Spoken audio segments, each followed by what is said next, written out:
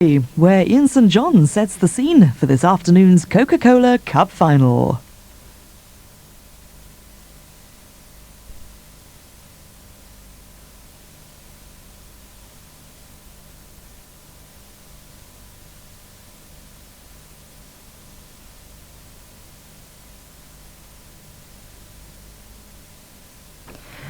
Very many apologies. We'll be bringing you the sound from Wembley as soon as we possibly can.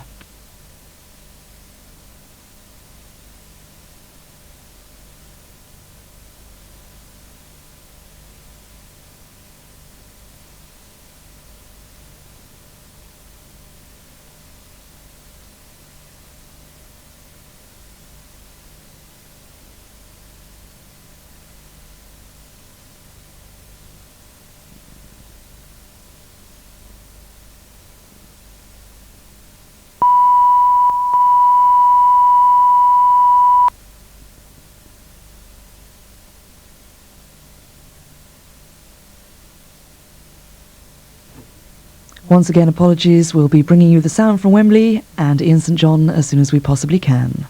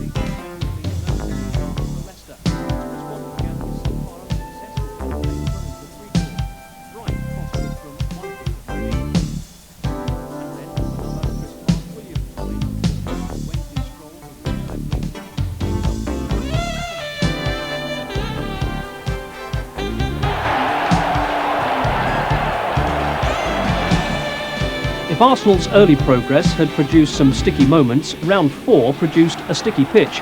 Fog and rain at Scarborough was a real leveller, but Seaman and Winterburn proved match-winning mudlarks. And a series of challenges result in Winterburn coming forward, and still here Winterburn now. He might get a favourable break. Winterburn scores for Arsenal. Once again, Wednesday's path was much smoother in more ways than one. Queen's Park Rangers were beaten 4-0 and Wednesday made it 16 goals in 4 Coca-Cola Cup matches. Waddle to Palmer. Palmer goes on the outside, tucks it back to back right. Gives Sheffield Wednesday the lead. In round 5, Arsenal put a little daylight between them and their opponents. Nottingham Forest fell to Ian Wright, adding more credence to his personal England assault. Lifting the ball long towards Smith on the far side, knocked down by him to Campbell, nodding it again for Wright, has done it again!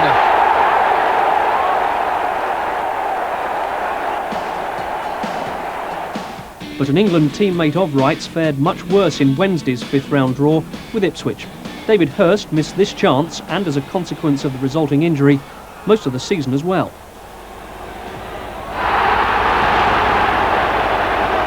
But his own disappointment produced the managerial masterstroke of the season.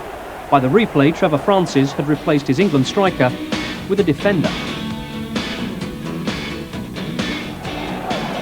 But Williams, this chance to play it in maybe. Nielsen turning, whipping it through. Warhurst, it needs a touch. Warhurst scores for Wednesday. In semi-finals played over 2 matches, both sides earned 2-goal leads.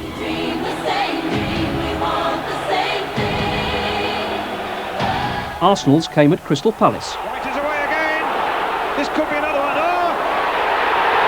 It's in there. Alan Smith has made it 2. Campbell's going for this one. And it's gone in. Smith will claim it. Campbell had a part in it. But it's number 3 for Arsenal. At Ewood Park, Blackburn took the lead against Sheffield Wednesday through Roy Wegerle, but the comeback was stylishly led by the stand-in. Oh, Warhurst doing well here, and he's only got one defender to beat, and it's a splendid finish! Paul Warhurst has made it 3 for Sheffield Wednesday! And again, the outside of the left foot to Bart Williams. The accuracy he produces with that most difficult skill, and then it goes to Warhurst! Yeah! It's another goal!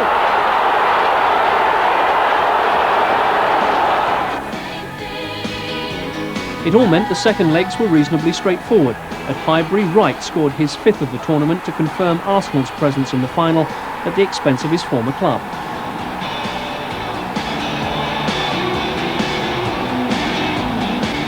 While at Hillsborough, his former Palace teammate scored his 6th of the competition to ensure that Wednesday would join them. But Hurst with a splendid ball, and Bright is onside. He could finish it here. He could still finish it. That's Wembley now, surely, for Sheffield Wednesday.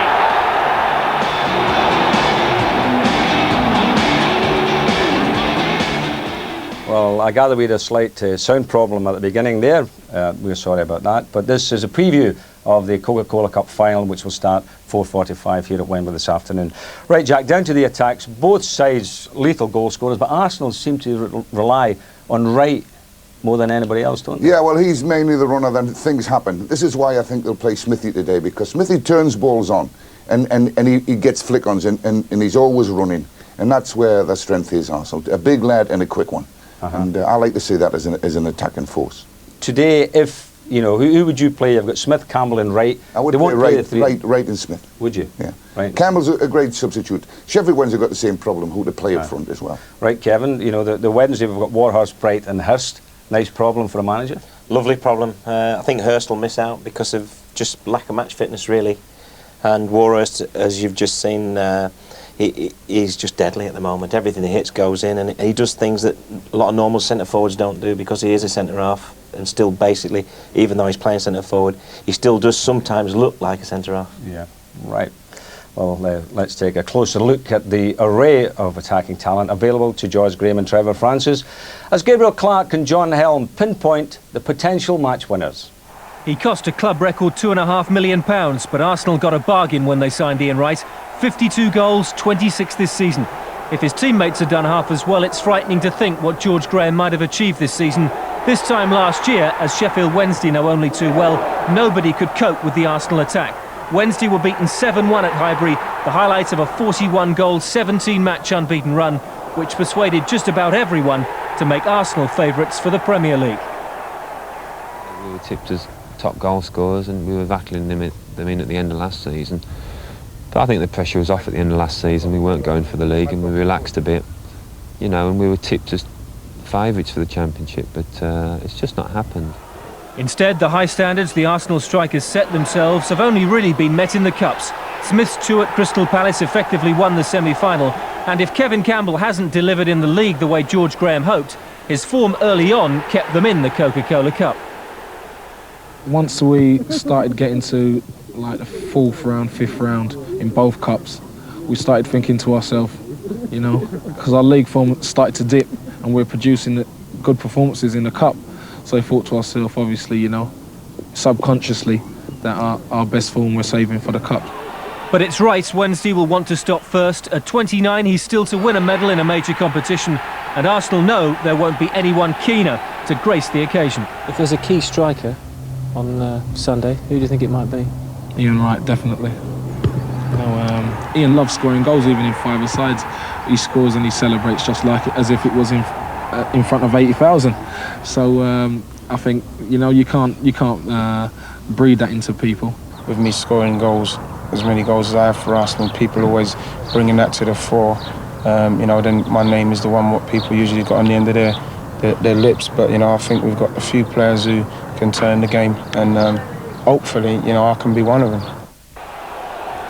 8 months ago, Sheffield Wednesday embarked on a new season relying on a strike force of David Hirst and Paul Williams. Yet by the second week in September, Hirst had suffered another cruel injury setback. Williams had gone to Crystal Palace. He'd been traded for Mark Bright, 4 years older but just as full of goals, as he proved by scoring 5 times in 4 Coca-Cola appearances. Hirst's replacement was all the more inspirational. Paul Warhurst, a centre-back with 2 goals in 123 games, seemed a strange choice. He responded, though, with 3 goals in his first 2 games, looking totally at home. A natural and yet a reluctant hero at the time. Not anymore. Well, I can tell you that I've changed a lot towards it. Obviously, with scoring the goals that I've scored, I've had to make a sort of decision. I'm going to give it a go up front. So you now see your future as a striker rather than a central defender? Yes, you know, it was a big decision. Obviously, I didn't want to be switching round sort of from front to back and that. So I've made the decision. Warhurst in particular has been a revelation. He scored in 7 successive matches in 25 days and virtually clinched Wednesday's passage to the final with 2 in a matter of minutes at Blackburn in the semis. Again, the outside of the left foot to Bart Williams. The accuracy he produces with that most difficult skill, and in it goes to Warhurst. It's another goal!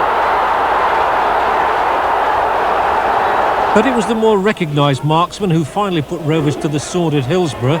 Hirst, easing any lingering anxiety after Blackburn had reduced the overall deficit to 4-3. And Bright applying the coup de grace. In view of Warhurst's emergence, it leaves Wednesday's #1 striker wondering whether he'll even get a game today. That's right. I mean, if I can get back involved at any time this season, it's me who's filling in. So no, he came in and he's done absolutely brilliant. I mean, he's scored the goals, he's helped. I mean, he's moved back into defence at some stages, and he's done phenomenal. Yeah. Wednesday have scored a staggering 48 goals in cup ties, yet not one is credited to the man whose goal won the Littlewoods Cup for Nottingham Forest a mere 3 years ago, Nigel Jemson. He probably won't even get on the Wednesday bench today, but then neither will the manager, and he's got the odd goal in his time. But Kevin, there was Warhurst saying, for the first time I think, that he's now wants to be classed as a striker. Would you go along with that? Well, I think he's got to want to be classed as a striker at the moment. He's one of those things that a manager dreams about. You get a problem with a player like Hirst, you throw him up there. He has got terrific pace, there's no doubt about that, as a defender as well. But as a forward, as I said, he does things that you saw him take Hendry on there in one of those clips, and he was so direct. Whereas when you've played forwards for so long, you're looking to do things a little bit different. He's just doing very simple things and doing them very well, and he's catching people out. Yeah. Well, Jack, if you had a choice today, what attack do you think is going to do the damage here today? I think they both got good pace up front and good skill up front in both of them. Smithy's always a great competitor and will always win a few balls for you. And I think the whole situation depends on really the 2 sets of centre-backs. They both lack a little bit of pace and they're both very square, and if people can get runs at them and through them, and both teams are capable of this, I personally will go along with the Arsenal setup as far as that part of the game is concerned. I think Wright and Smithy will cause a lot of problems for the Sheffield back four. How they handle that is how the game hinges for me. Okay, well, that's if he picks Smith, of course. Yeah, he might go Campbell. Yeah, he may go Campbell, but I think you'll pick Smithy. Okay, well, we'll look out for that later, Jack. Right, time for a short break now. We'll have more from Jack and Kevin. We also have a US Cup competition and the best of yesterday's First Division goals. And also the man who marked Trevor Francis on his debut 23 years ago. Don't go away.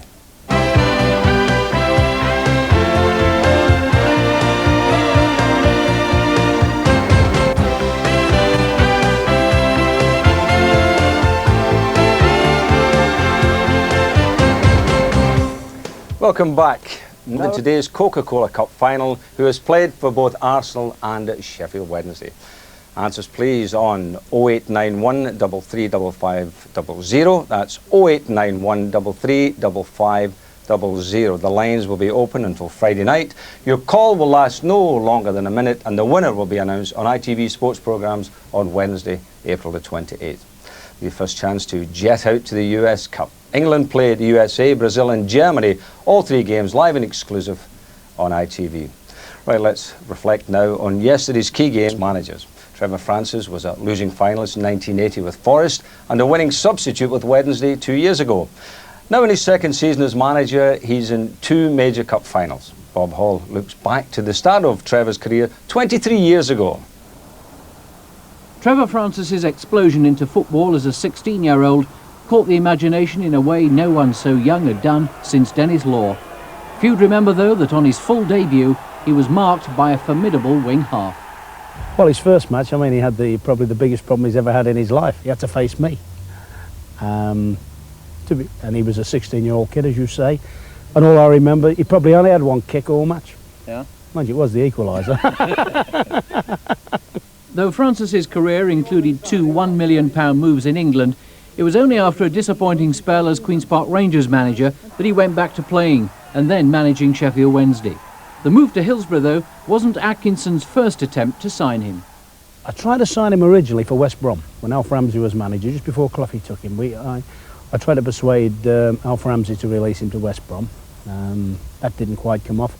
Certainly on 2 other occasions at Man United, once from Forest, and I think the other was from when he was at Atalanta.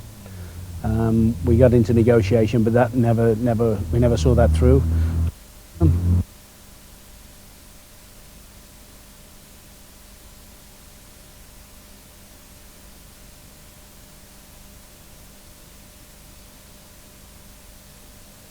Atkinson celebrated that cup win and censored success for them today. Oh, I've got to be perfectly honest with you. I mean, we played Arsenal last week, and I was congratulated George Graham on, they've had a marvellous achievement, 2 finals. But if you hand on heart, I mean, I've got so many sort of good friends, and a lot of they're great. What they have got at Sheffield, they've got some great lads in the team. The players are good lads, and for their sake and whatever, and Trevor's and all Richie Barker and all those people, I genuinely hope they win. Perhaps it'd be nice if they won 1 apiece, and get the honours get shared round, but I'd certainly like to see them win 1 of them. Yeah, Big Ron. So Trevor made his debut against Big Ron, which must have given him a lot of encouragement in professional football. Right, but the big fellas involved this afternoon. Aston Villa play Manchester City in the Premier League, so we'll wish you, Big Ron, good luck in that one. Now let's go up to Murrayfield, because the Sevens are taking place here this afternoon, and we have a couple of our experts here, Gavin Hastings and Steve Smith. Are you there, chaps? Yes, indeed. No, listen, I don't want to talk about the rugby because this is a big football day, you can forget it. But I know, Gavin, that you're a Rangers man. Indeed, I have to be. I work for David Murray, and so there we are. But no, I've actually got a bet on with Alan McCoist that if they win the European Cup, I'm owing a bottle of champagne, and I'm hoping that they'll do it, of course. I think I can maybe afford a bottle. Well, we've got that game live on Wednesday night down here in England. And you think the Rangers can do it? Very much so. I mean, they played very well in Marseille 2 weeks ago, and tremendous result for them, and it's really given them a good opportunity to get through to the final, and certainly be rooting for them, that's for sure. Yeah, Stevie Smith, you're a Man U man? Of course. Yeah, you must be rather happy at the moment. Very happy. Yeah. I don't think City will do us any favours today, though, Ian. No, you don't think so? Who's going to win this one here at Wembley? I don't care, really. Well, that's nice, isn't it? Yeah. Okay. Thank you very much. So that's so much for ITV experts up there at Murrayfield. Jack, who do you fancy? Get a bit of sense out of you. Fancy Sheffield Wednesday a little bit. I think Chris Waddle may just sparkle today. He likes Wembley. I think they've got good players and a good attitude, and I think they might just sneak it today. And Kevin, you go for the Arsenal very quickly in the last few seconds. Yeah, I just think the discipline might just win the day for them. Okay. Righty-ho. Well, we've got one each there. Well, that's all from Wembley for the time being. Jack and Kevin, plus Brian Moore, of course, will be back with me at 4:45 for live and exclusive coverage of Arsenal against the Wednesday in the Coca-Cola Cup final. Bye-bye for now.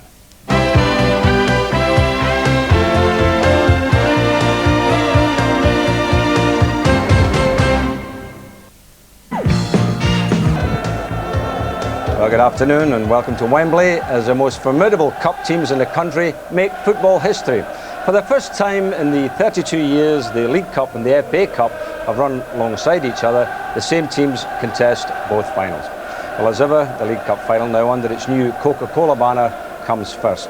Well, joining us for expert analysis is the Republic of Ireland manager, Jack Charlton. Now, Jack, this has all the makings of a real cracking game. Cracking game, good. I think the forward players have got a little bit more pace than the back fours they're playing against. And on Wembley, where the ball will hold up behind either back four, I think we're going to get really a running game here. A lot of skill on the field as well. Well, I mean, that really sets it up, doesn't it? The forwards are going to be quicker than the defenders. I think it does, and I think that you'll find the only danger that is that if they condense the areas in midfield too much, if both back fours who play fairly square push up too much and make the game happen in too small an area, then we may get a bit of a stalemate. But you'll still get occasions when people are allowed to run behind the back fours. Well, let's have a look at the teams, Jack. There you are. Now, for Arsenal, David O'Leary's in at full back, as we know. Well, I'm not sure about that. You're not sure of that? No. Do you think they'll play maybe O'Leary as a sweeper? I think there's an opportunity to do that. If he plays it right back, I would imagine Sheffield Wednesday will immediately switch Chris Waddle across onto the left-hand side of the park. Because Chris would love to be able to go and take David O'Leary on that in that sort of a situation. But I think they might surprise people here and just play the 3-back 4 and push the full-backs up. Well, the Wednesday team there, Hist is on the bench here, Warhurst up front, John Hart's in. It's no surprises really in that team. I expected the two forward players to be as they are. John Sheridan, of course, will be the anchor man in midfield, and he'll be the one that supplies all the passes. And at the moment, John is playing very, very well, and he's supplying great deal of passes for people to run through.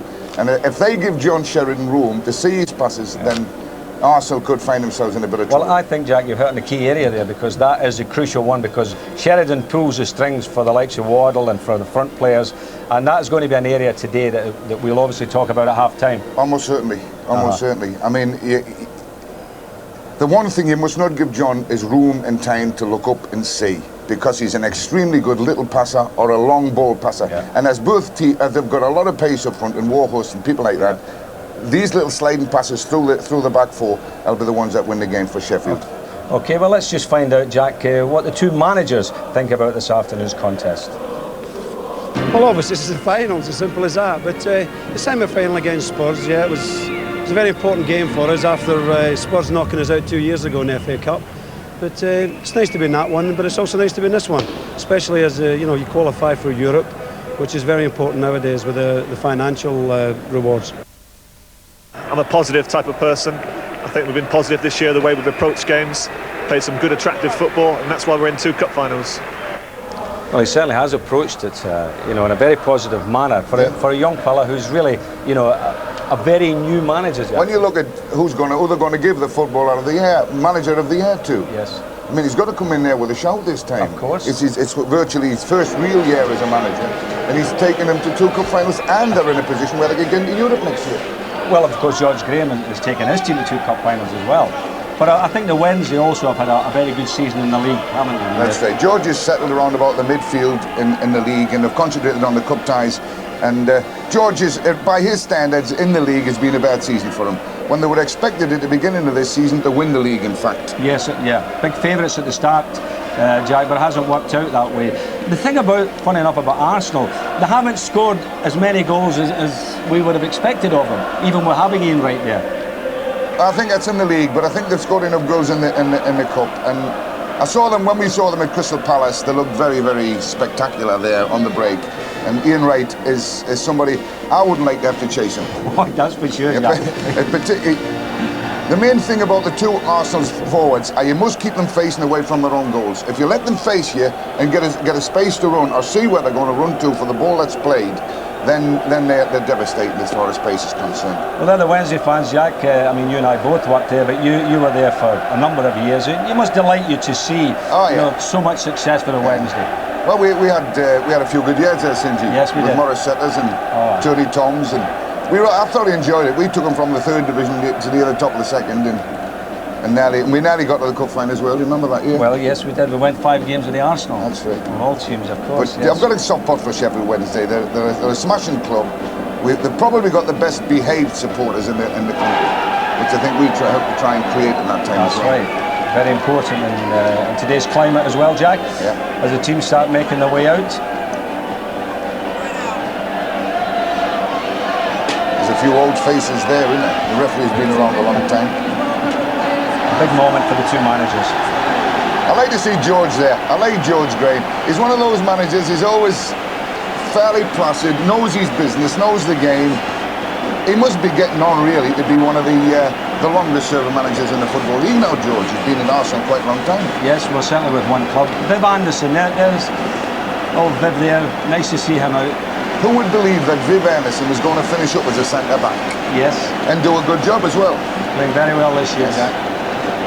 I mean, of all his abilities, Viv, on the ball, I never considered him one of the biggest and bravest of players. Particularly when he was at Man United and he played at fullback. But also, man, it can get you a key goal. Yes, well. He's scored the important ones. England's #1 keeper, both keepers, England's first and second goalkeepers, Jack. It's going to be difficult to beat, of course. Which one would you pick? I've liked David Seaman, yes. And I like Chris Woods.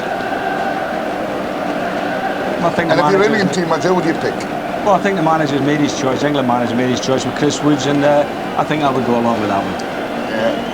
It was close because David Seaman had what, one bad game at a bad time. Funny enough, I think Seaman has become a better goalkeeper, Jack, in the last year or so. You see, David Seaman is a goalkeeper. He's not spectacular. He picks up his positions early. His angles are very good. He very rarely has to dive because of his positional sense. He comes and takes balls that he knows he can get. He doesn't come flapping at things. He's got an excellent pair of hands and he drops very little. And a great temperament. Great temperament for the game. Chris Woods, of course, is very similar, but a little bit more spectacular than David Seaman. All right, Jack, let's hand up to the gantry now to our commentary team for this afternoon. It's Kevin Keegan and, first of all, Brian Moore. Good afternoon, Saint. Good afternoon, everybody. What a glorious afternoon this is. First half, as the Saint was saying, of a unique double, Arsenal on Wednesday, meeting again in the FA Cup final next month. But this, of course, is the important one right now. Just ask the managers and the players about that. A place in next season's UEFA Cup awaits the winners today. Just awaiting the arrival of our guest of honour today.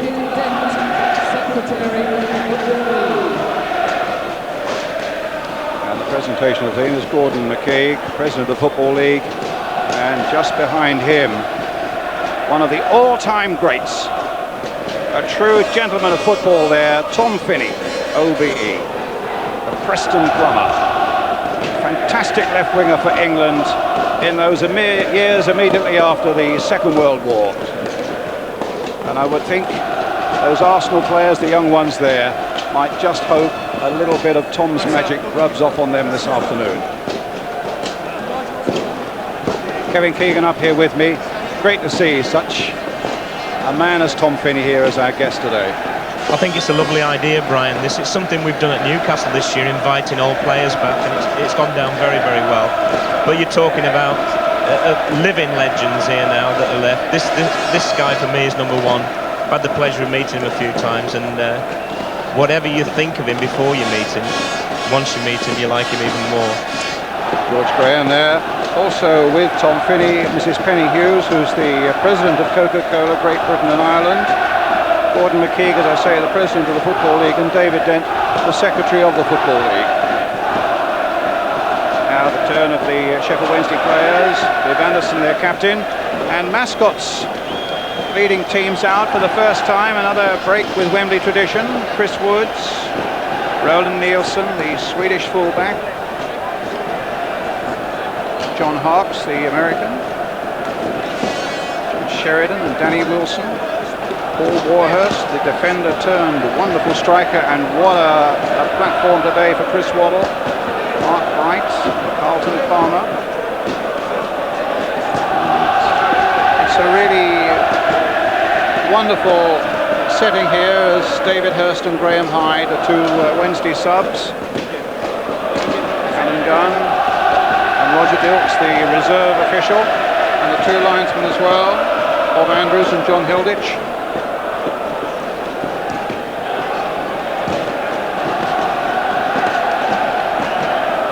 As we're saying, the Sheffield Wednesday players who, well, they both played here a fortnight ago, of course. in their FA Cup semi-finals. The Wednesday players telling me that, if anything, the pitch seems even better now than it was a fortnight ago. Absolutely perfect conditions here, a bit of breeze, a little bit of coolness in the air as well, at least there is up here where we're sitting. Ladies and gentlemen. And everything is set. Ladies and gentlemen, will you kindly stand for the national anthem? And a wonderful view from our airship above Wembley as we await the national anthem.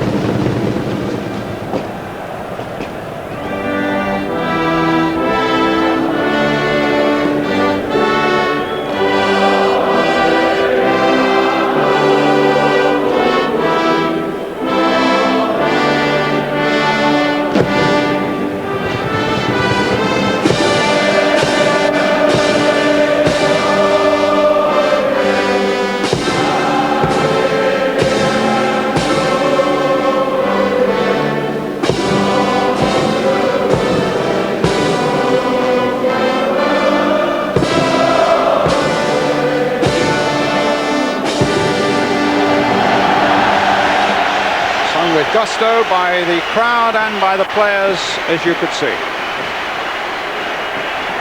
Well, we take a short break, and after that break, back for the start of this Coca-Cola Cup final.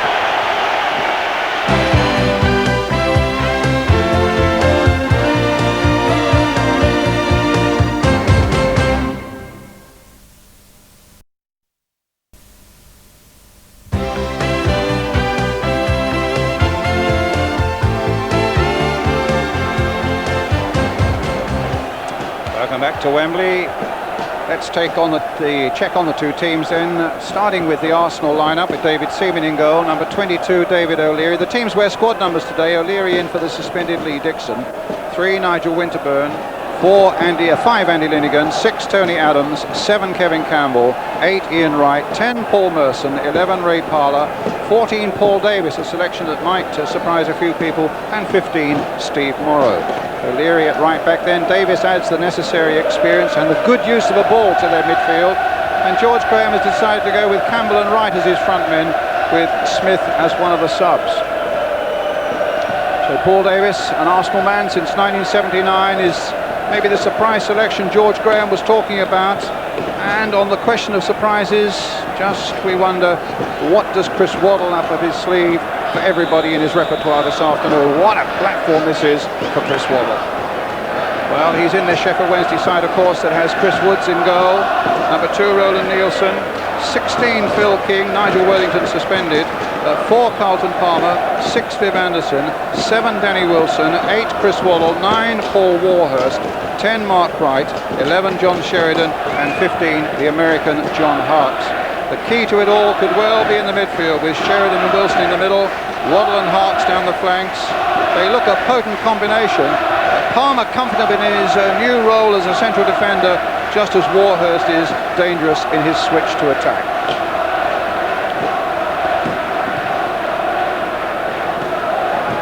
Substitutes, 2 for this game, of course, for each side. Alan Smith and Ian Selly for Arsenal, and David Hurst and Graham Hyde for Sheffield Wednesday. And the referee, in the centre there, is Alan Gunn from South Chailey in Sussex, his 10th Wembley appearance. And by reputation, a referee who loves to let the game have a chance. Tony Adams, the Arsenal captain, on the left. Viv Anderson, now 36 years old. Even the mascots have got their numbers and their names on the back. Kevin? Well, it'd be a terrific day to remember for that young lad, and I think it's a great idea to have mascots. It's just repeating what we do at league level. But everything's set, as you say, for a great game. There's so many fascinating jewels all around the field that they're almost too numerous to mention. But who do you fancy? I'm from Yorkshire, so obviously I'd love to see Sheffield Wednesday, but I think the discipline of Arsenal is what may well get them through this afternoon. George Graham has very good disciplined sides, and at a place like Wembley, you keep your shape and the balance of the side, you've always got a chance. Ian Wright, who's gone a little bit off the boil lately, but still top scorer with 26. And 5 5 of them have come in the Coca-Cola Cup. And what about Paul Warhurst then? 17 for him, and one amazing spell of some 11 goals in 10 games when he switched to the attack. Shouldn't be a shortage of goals here today, but when have we said that before? And away we go. O'Leary. We can see that O'Leary in fact is playing as a genuine and orthodox right back. So the thought that possibly George Graham might play David O'Leary as taking this throw, either as a sweeper or as another central defender. That speculation that it's in the end come to nothing. Here's Wright. And a corner instantly for Arsenal. Watch out for Tony Adams. Spurs will remember that from that semi-final. Steve Morrow will take it. Adams up in the centre of that 6-yard area, right at the far post, floated in there. And in fact, Woods didn't get anywhere near that ball, and it took 2 defensive headers to get it away. And finally, the first touch for Waddle.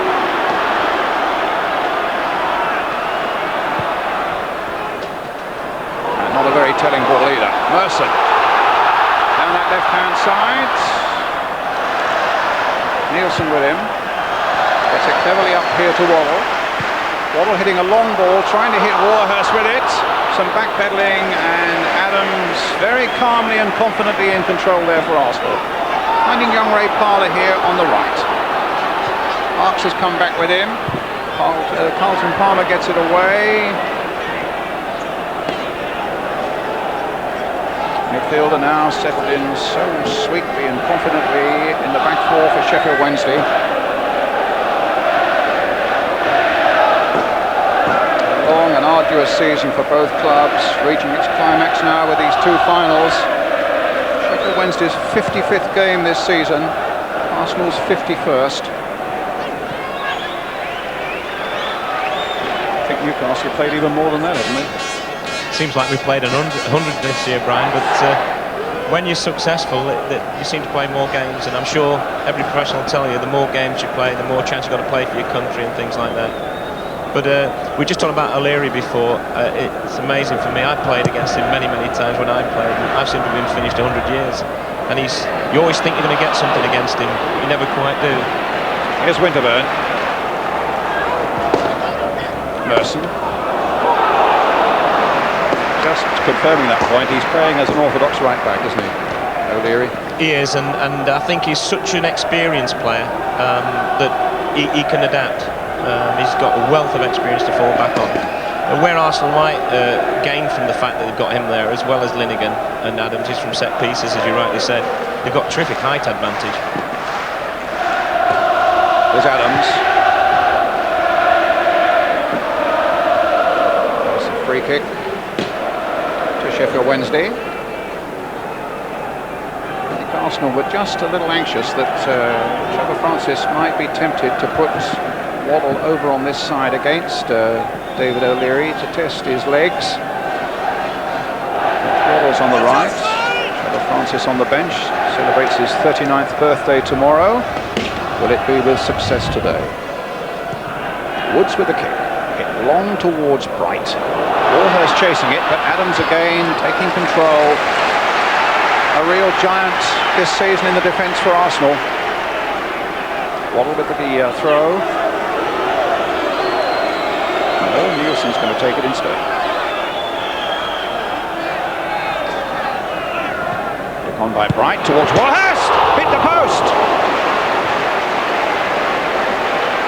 While Warhurst holds his head.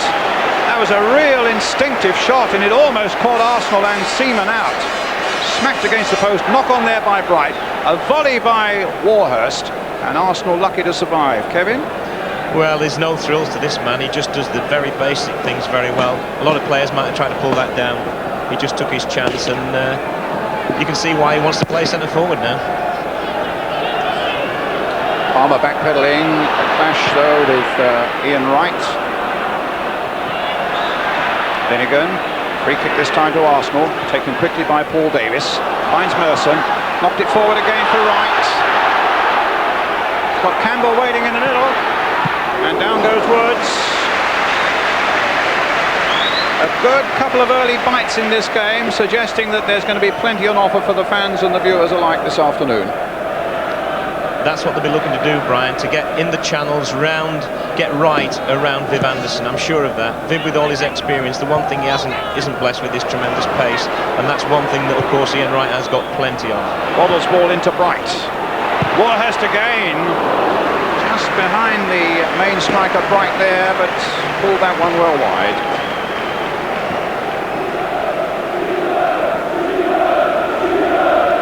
Been playing about 7 or 8 minutes now. He's already had one hit the post and another chance there that he might have felt he could do a little bit better with. The fascinating thing, everyone's talking about Chris Waddle and what would they do with Waddle and where would he play. It's Merson against Waddle at the moment, two very similar type players, both with a lot of flair, and I suppose George Graham thinks he might be able to cancel Waddle out by taking him the other way. Free kick again, whistle's gone. The other little duel I can spot down there as well, Kevin, is Morrow sticking very close to Sheridan, who's now out to take this, or just thrown the ball to Palmer. But you see Morrow's come very deep with him, and clearly they feel, Arsenal, that the supply line, particularly to Waddle, comes so often from Sheridan. Well, it does, as Jack Charlton said only too well before the game. You can't give him a lot of space. Well, this is a nice move developing for Arsenal. It's Morrow, and it's right on the far side. There's Parler in the middle here, but Woods safely gathering. And a good throw out, releasing John Hawks.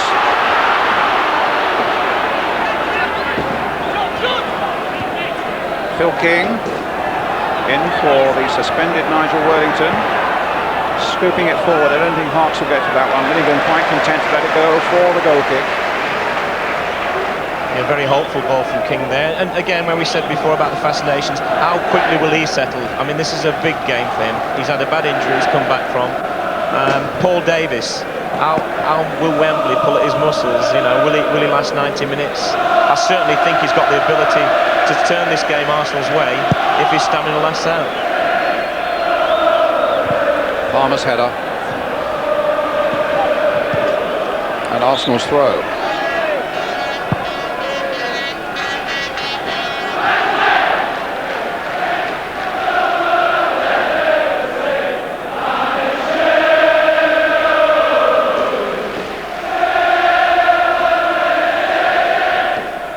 O'Leary finding Linnigan.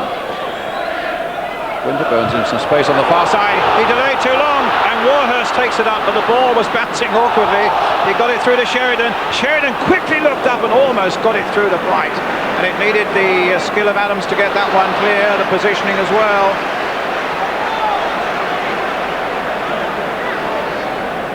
Suddenly, Wednesday looked very hungry indeed as they were pouncing on that mistake, and there's another Arsenal mistake, this time from Winterburn, I think it was. Hawks picking it up, Parler trying to get back at him. O'Leary also is here, still with John Hawks. Finds Sheridan, there's Morrow quickly onto him, finds Danny Wilson. And Waddle. Another double shuffle. Back to Waddle again. O'Leary, and it was Linnigan who got it away. Palmer being put under a degree of pressure there from the pace of Kevin Campbell. I think the one thing that won't bother Palmer is pace. He's got plenty of that as well, and he's really their little insurance policy if Viv Anderson or anyone gets caught. Free kick to Wednesday. A foul on Hawks.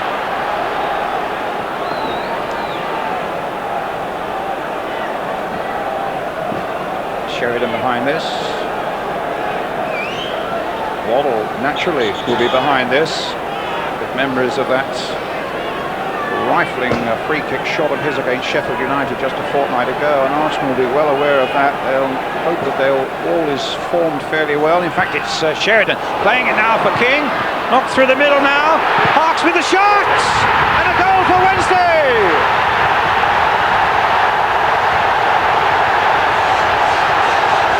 Beautifully worked free kick, this one, Brian. It's something that Trevor Francis and the lads obviously have worked on the training ground. It's This is super. I mean, Arsenal were well asleep. Lad Parler on the end of the wall. But this is a tremendous finish from the American. So 10 minutes of the game gone. Sheffield Wednesday go into the lead. John Harkes, when he played here in '91 against Manchester United for Sheffield Wednesday, was the first American to play in a senior game here at Wembley. Now he's put the cap on that with a superb goal. And here comes Wright, brought down right on the edge of the box, no foul. His 5th goal of the season, John Harkes. Here he is again, the lad born in New Jersey. Come a long way to embarrass Arsenal in the early stages now, this Coca-Cola final. Davis. Merson. Many red shirts are up. Merson, who can be so dangerous in that little hole, as they call it, just behind the front two, but also is dangerous when he sweeps in from the wings. But the perfect start for Sheffield Wednesday. Yeah, it's a superb free kick, this. And what the beauty of having 2 men who can shoot is you can get away with all sorts when they don't. And this is a prime example. I think it's O'Leary or Linnigan who quite got the touch. But his first touch really Seaman's had is picking the ball out of the net. But it's a lovely open game of football, Brian, and both these teams fancy the chances. Free kick for the foul by Adams on Bright.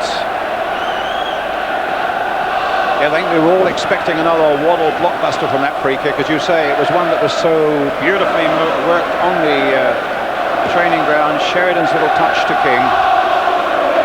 Yeah, it's a difficult one to defend against because you've got to put 2 or 3 people in a wall when you've got people like Sheridan and Waddle who are going to shoot. And of course the penalty for that is there's always a man spare, and they've capitalised on that in the best way possible there. Just looking at the midfield, Morrow, who's doing a job marking Sheridan, that's fine, but it's when Arsenal get the ball you worry about, you know, if Davis doesn't do it in the midfield, who is going to really do things that are going to create chances for the lightning pace of Campbell and Wright. And I think, you know, that's the minus point of putting people in just to mark people. Well, the Arsenal bench, we saw them there, denied the possibility of playing Limpar. That was Palmer. There was a lot of speculation the last couple of days, but I'm told that Limpar came back from Sweden's game in Hungary with a slight knock and aggravated it in training yesterday, so he was not even in contention.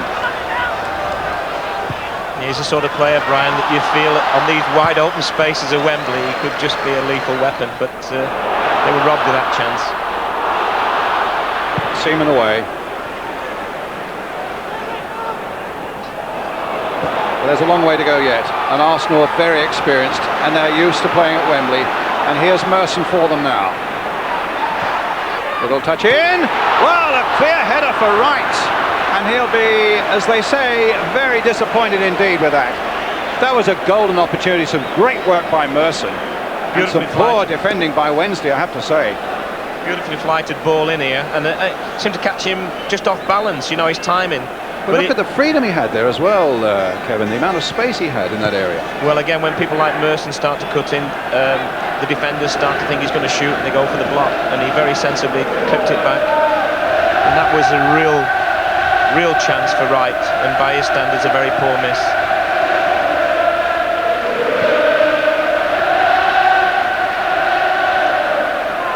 Oh, they're trying to go through, the flag goes up.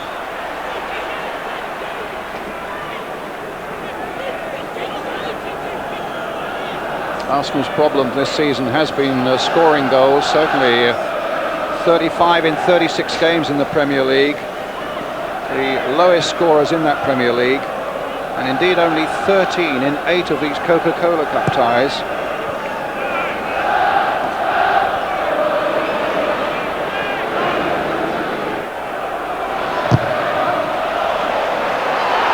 It's given Wednesday's way. David O'Leary thought that the ball came last off Harkes. So if you just joined us, Sheffield Wednesday leading Arsenal by 1-0. The scorer, John Harkes, after 10 minutes.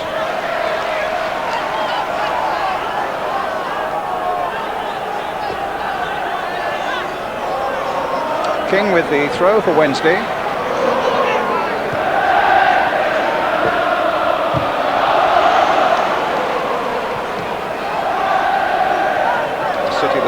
celebrates its centenary this year, Sheffield. And with both football clubs doing a lot to make it a year to remember, with, of course, United here against Wednesday in that FA Cup semi-final. Winterburn gets it away, pulled to this side of the field by Waddle.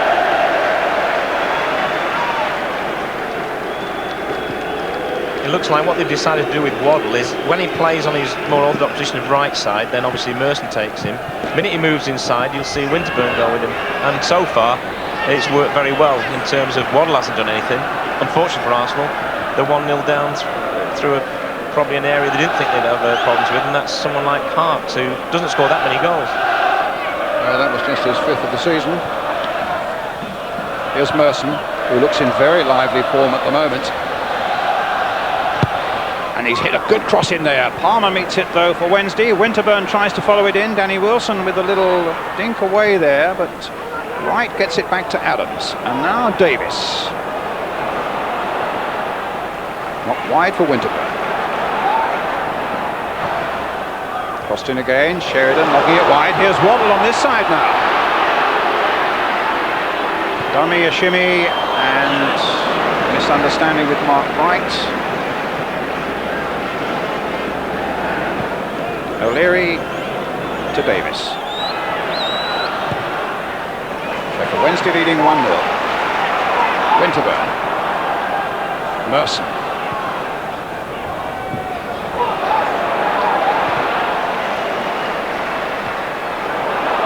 Warhurst beating Adams in the air. Finnegan playing it forward for Davis. Good decision, referee. Davis had gone through the challenge of Sheridan. Parler. Oh, he played well there. Went round Wilson. And a foul there by Sheridan. And a free kick to Arsenal. Young Ray Parler, a lad from Romford. He does ever so well here, and it's the sort of thing, you know, he's showing us he can do, because he's not just a workhorse, this lad. I remember we actually covered the game when he made his debut at Anfield against Liverpool on a night, and he played very, very maturely that night, and he's been more or less a permanent fixture in the side since. And I think his greatest asset is his engine room. He can cover the ground up and down the field all day long, as you would expect of a lad his age, but he's also shown us he is prepared to run at people as well. I think one of the things that George Graham might admit is that there's tremendous potential in this Arsenal midfield with the likes of Parler and Selly, who's one of the subs today, and Morrow as well. But he just feels, I think, that, you know, in 2 years' time they're going to be really just what he wants, and they're just that little bit short of what he wants at the moment. And I think he feels that maybe Arsenal have stuttered a little bit this season, largely on the strength of a lack of experience in midfield and a lack of firepower up front. Davis chipping that one through. Merson with a shot. It's in! Terrific goal. We couldn't have wished for a better start to a game of football. Both sides being rewarded already in the first 20 minutes for a lot of endeavour. I think there may have been a deflection on the way here as well. Certainly he didn't catch it right, if there wasn't. Here he goes. Yeah, deflected off another Arsenal player, actually. Right in the back of the net. 1-1 the score. And I would say Paul Merson's goal, as Waddle now is at the other end. I'm not sure it hit anybody, Brian. No, I don't think it did. Again, I think he bent it, and he maybe didn't make the sort of connection he wanted to. But as is so often the case in football, if you make a good connection, you don't score. But it was still a terrific goal, and Merson has looked very, very lively right from the first second of this game. Well, it was his first goal of the season in the Coca-Cola Cup, and it comes in a week when his wife presented him with his second baby boy, Ben, a little brother for Charlie. So there's certainly plenty for Paul Merson to celebrate at the moment, but now there's concern for Arsenal. Waddle's behind this one, Sheridan's there as well. I think the odds look on Waddle hitting this one. Dipping, but not enough. Let's look at the Arsenal goal again, Kevin. Well, they defend it well against Linnigan, and it comes out and he just takes his chance. And I think that's just a beautiful strike looking at it again. No chance for Woods at all. You can't point finger at anybody there. It's just a real good goal. And I've always felt about Paul Merson that there's something more in him than we see all the time, and he's showing it already today. Well, he's certainly looked the brightest of the bunch for Arsenal so far. Palmer with a header away for Wednesday. 1-1 the score here in this Coca-Cola Cup final of 1993. It's a Wednesday ball.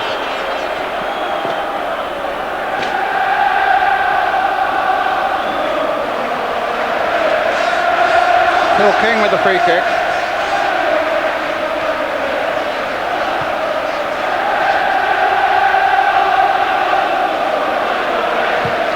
King was just back from a serious knee injury himself. Knocking it forward, O'Leary getting it away. Wilson finding Harks, looking to get in behind O'Leary. Hitting it longer this time. It might come for Waddle. Warhurst was jumping. It's a Wednesday throw.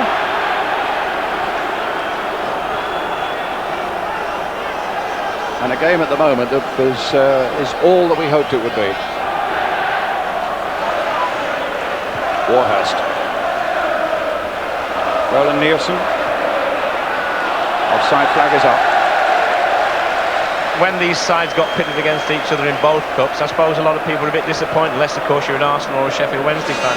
But if the games are going to be anything like the first 20-25 minutes of this one, then we're in for some real spectacular stuff, and I just hope the players can keep it up.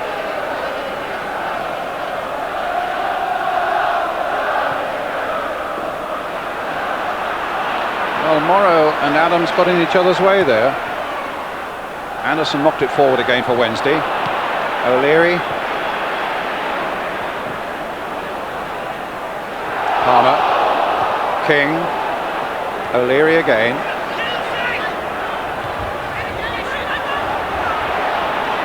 Parlour to Morrow. Sheridan in the end finds Nielsen with it. Gets a good ball through here for Waddle. Waddle in turn playing one wide here now for Harks. Can he keep it in? He can, but he will. Yes, he's kept that in as well. It's a long, long cross, and Winterburn gets it away for Arsenal. Up towards Campbell. Stopped by Nielsen. Anderson. Waddle.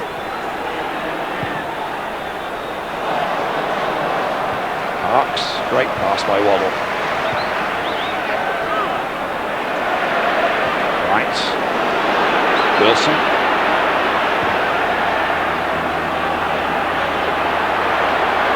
Waddle again. But O'Leary's challenge was enough. But in comes Wilson again. Sheridan, a little touch now for Viv Anderson. Waddle. Long range shot maybe. Too high. Just to mention Danny Wilson there, Brian, and he'll just quietly do his job in there, let Sheridan and Waddle and Harks bomb on, and he'll just sit as the outlet all the time. He again has been playing a long, long time. If you look at Sheffield Wednesday, they're sort of the side that epitomise what football's about now. Lads at 32, 33 are no longer considered too old because of dieting and because of training. They seem to last a lot longer these days. In my time, once you got past 30, the pension book's out, you know. Now it's a bit different. No better example of that actually than the Sheffield Wednesday manager, who looked after himself so well in terms of what he ate and what he drank and how he lived and so on, and he went on playing and playing. Yes, there was a foul on Warhurst by Linnigan. It was a silly foul for Linnigan, this, because there was no way that Warhurst was going to get any advantage. And the punishment could be a heavy one, because Waddle has the ball under his arm now, bringing that, 6 or 7 yards outside the Arsenal penalty area. It's in a very dangerous area. You've got Sheridan again and Waddle on, and bearing in mind what they've already subjected them to from the other free kick, there'll be a little bit of panic in the ranks of the Arsenal defence at the moment. Indirect free kick.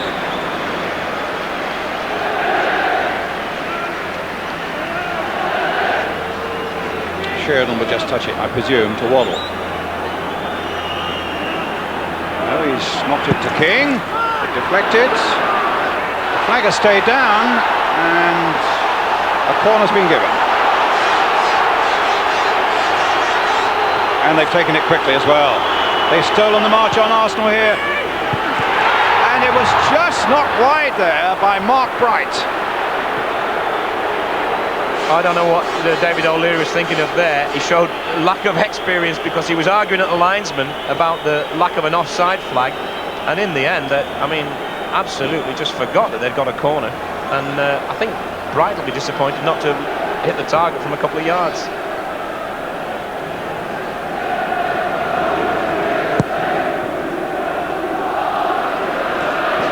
It's a deep kick from Seaman. Campbell's after it. Against the post and back into the grateful arms of Chris Woods. Well, there's thrills at both ends now. And Wednesday almost caught out with some very poor defending again, and the strength of Campbell. The ball goes wide of Woods, and thank you very much. Chris Woods will tell you he got his angles perfect there because he couldn't quite get the ball and he was right in place for the rebound. But first time we've seen Campbell really. And now we are seeing Parlour, and this is Morrow breaking clear. Right in the middle, and a corner for Arsenal, conceded by Carlton Palmer.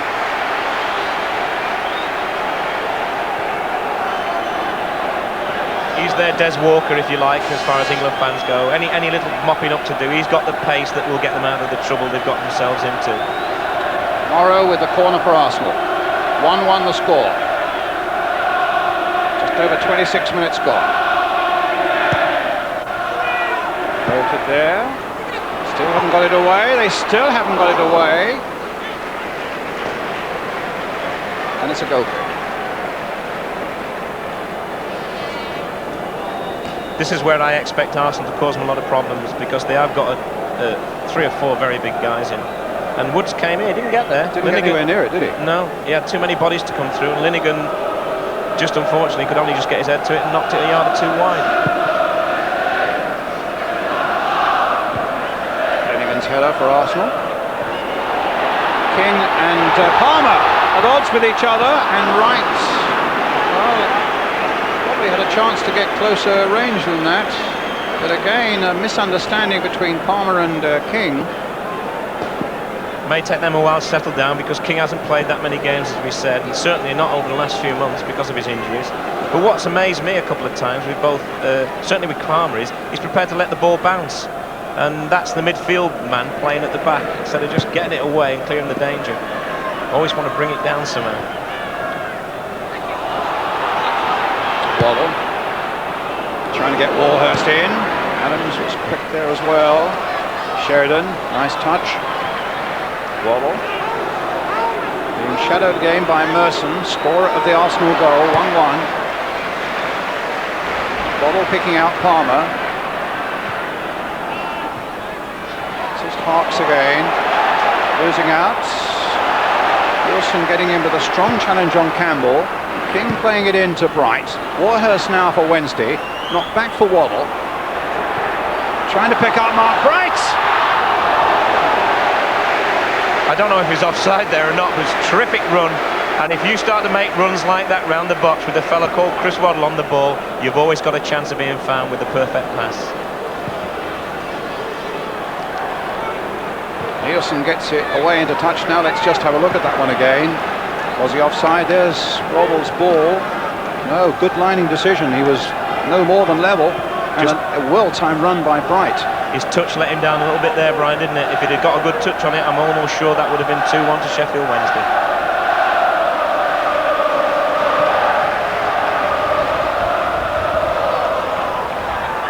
Arsenal's throw. Coming towards the half-hour mark. 1-1.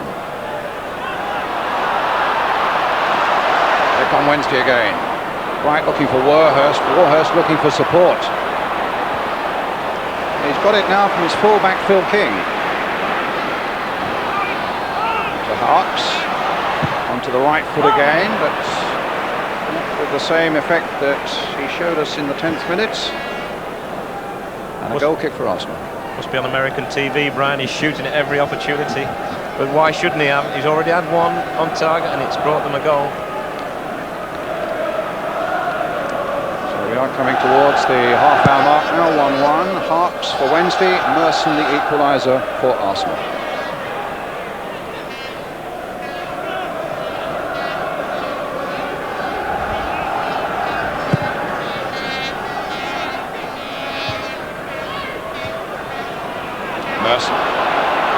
find a way to shackle him.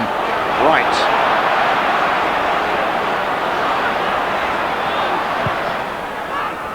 Might have come for Morrow, but it was Harkes in the end who hooked it away. Bright challenged by Adams. Adams' greater strength got there. But then the nimbleness of Harkes, but the flag was up for an offside against Warhurst.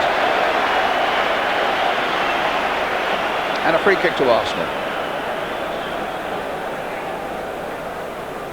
It's a dangerous game to play with a guy like Warhurst about. They're sometimes very flat, the Arsenal back four, and they've already been caught once or twice. And if Warhurst catches you, I can vouch for one thing: Merson injured here. They won't catch him.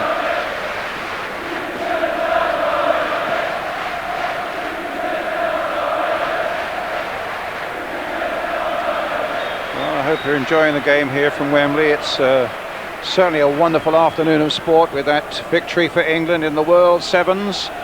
And now a terrific game here at Wembley. Well, obviously Paul Merson is in a bit of a problem here. Jack Charlton, a good game so far. Smashing game. It's happening almost as we said. Teams are getting a bit of joy behind it. The Arsenal are getting a lot of joy behind the Sheffield Wednesday back four. And yet the Sheffield Wednesday players are getting a little bit more joy in front of the Arsenal back four. It's like they're given room to have their shots and to pick their passes, which is unusual for Arsenal. But I think it's because they're probably frightened of that little bit of pace that they lack in case of Warhurst and these people getting through them. They're certainly coming out and playing very square and looking to play offside. Thank you, Jack. It's Campbell.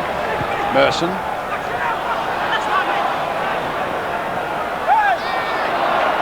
Corner. Just came off Danny Wilson.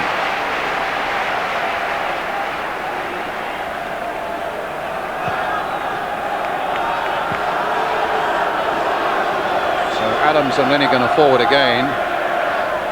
Campbell's a 6-footer. He's on the edge of the 6-yard box for a little flick on.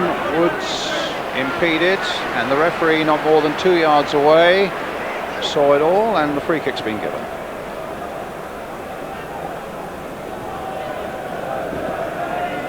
So a great afternoon for the viewers here, and a great afternoon for Aston Villa, keeping up that chase on Manchester United, beating Manchester City by 3-1 at Villa Park this afternoon.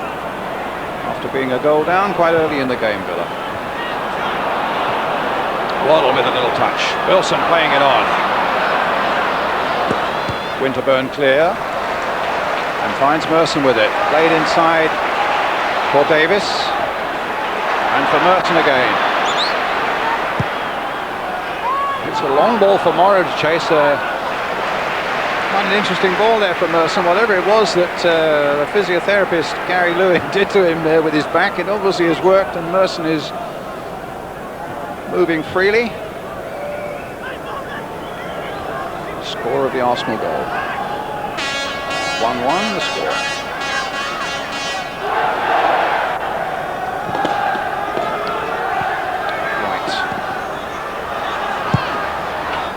In, easy forwards. I think if there's one part of Ian Wright's game that lets him down, Brian, it's when he gets in wide positions, he doesn't always deliver as good a ball as he possibly should for the player he is. And I'm sure if he sometimes had to deliver the ball for himself, he'd realise he could be a little bit better at that. Linnigan's header. Winterburn's clearance. King for Sheffield Wednesday. And O'Leary plays it into touch.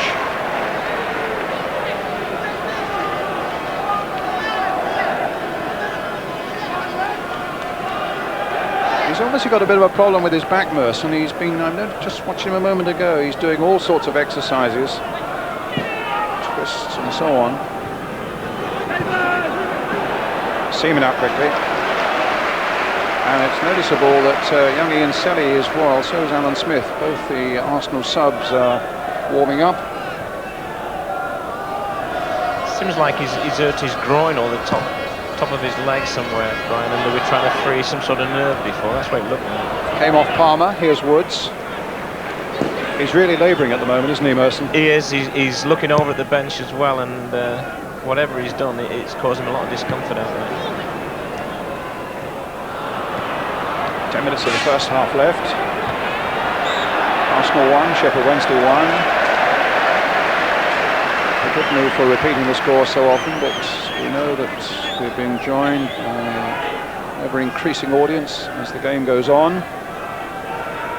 Free kick for Arsenal. David Seaman will take it.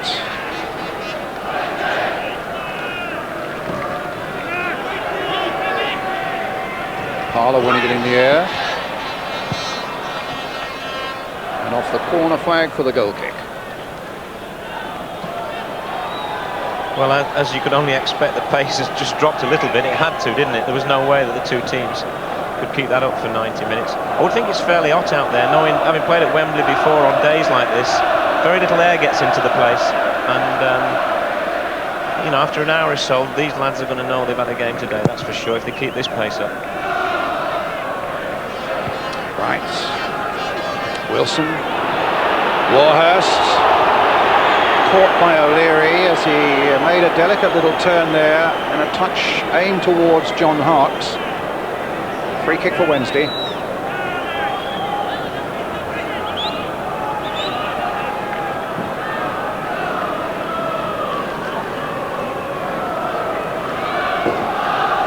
John Sheridan behind this free kick. And then plays it wide again for King. A variation on the one that produced the goal, played from further out. But then Parlour shoving Harks in the back, and the referee had exactly the right angle to see that that was a foul. It's a good decision, that, Brian. You don't get many of those. Referees don't like to give them. But that was a foul, even though the ball wasn't within 4 or 5 yards of them.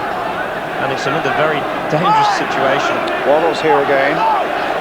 Sheridan's here again.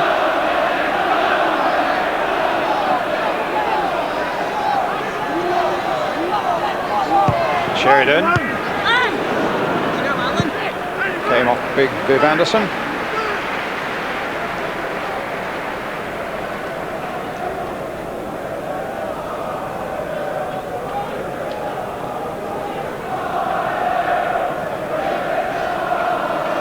Viv, who was a winner here in 87 with Arsenal. 36, but apparently he's been promised another 12 months contract by Trevor Francis. And I think most managers who've worked with him would say he's such a bubbly character, he's always good to have in a dressing room, whether he's playing or whether he isn't.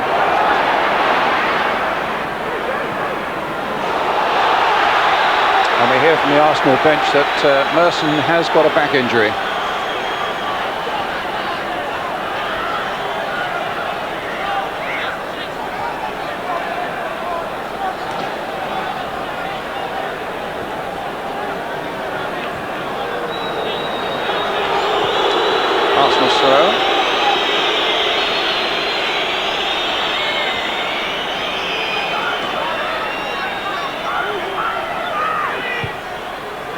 O'Leary, Campbell. That's easy forwards. Chris Woods, in fact, looking for a third winners' medal in this competition today, as indeed are Viv Anderson and Danny Wilson.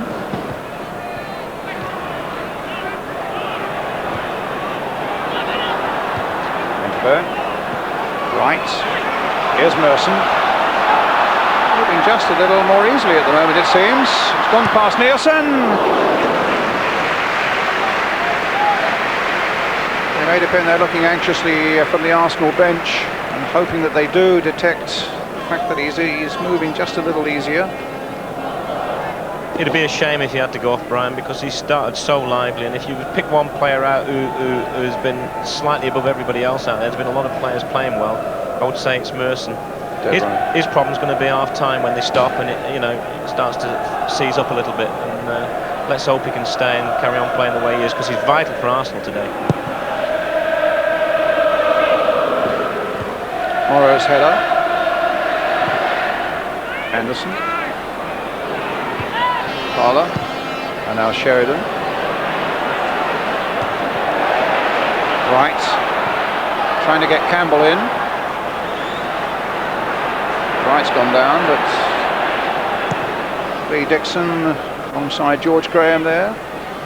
Suspended, so unable to play at right back for Arsenal in this game.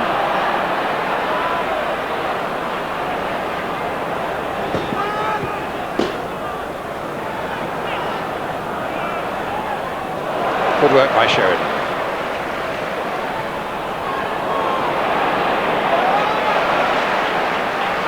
Davis. Now that's a good ball. He's got Wright chasing it, but Wright's got Palmer chasing him. That's a free kick. And the referee wanting a sharp word with Carlton Palmer, with a yellow card to follow it to match the referee's jersey. Yeah, he's right to give him a yellow card, but the game's been played in such a good spirit so far that you almost feel it doesn't warrant one at any stage so far. But it's his pace here that does him, and if Ian Wright's pace is doing people like Carlton Palmer, you can guess what it could do if he could get round Viv Anderson and people like that. With great respect to Viv, he isn't blessed with Carlton's pace. But Paul Davis then with this free kick. Adams up on the edge of the Wednesday 6-yard area. Campbell's jinking in there too. Finnegan trying to get on the end of that one. Wright versus Waddle, and then Wright versus Nielsen. Ian Wright gets it, finds Merson with it. Came off Palmer. Finnegan wanted to keep this momentum going for Arsenal, and denied by Harks, who finds Warhurst, and Bright is away on the far side for him. Looking for Bright. Waddle's now giving support. Jink passed his man beautifully, tried to chip to found Warhurst, but in the end it went only to David Seaman.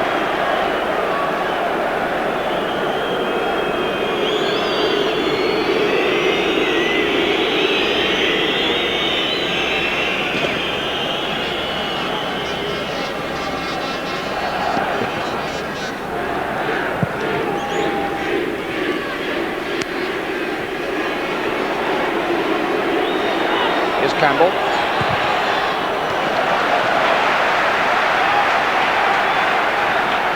He's certainly started to swing Arsenal's way a little bit in terms of possession in the opponent's half, and Campbell and Wright have started to get down the channels, and once they do, they look very lively, don't they, as a pair. Morrow again with a corner, a deeper one this time. Nielsen got his head for it to it for Sheffield Wednesday. Wright to Winterburn, to Wright, to Winterburn. Finding Merson, little flick with the outside of the boot, right on the end of this one, and Woods just got there before him. Oh, the crowd behind the goal, this Wednesday supporters, annoyed at Ian Wright there, but I think he had every right to go for that one, Brian. It was there for him to take. He was very brave, and he kept his eye on the ball.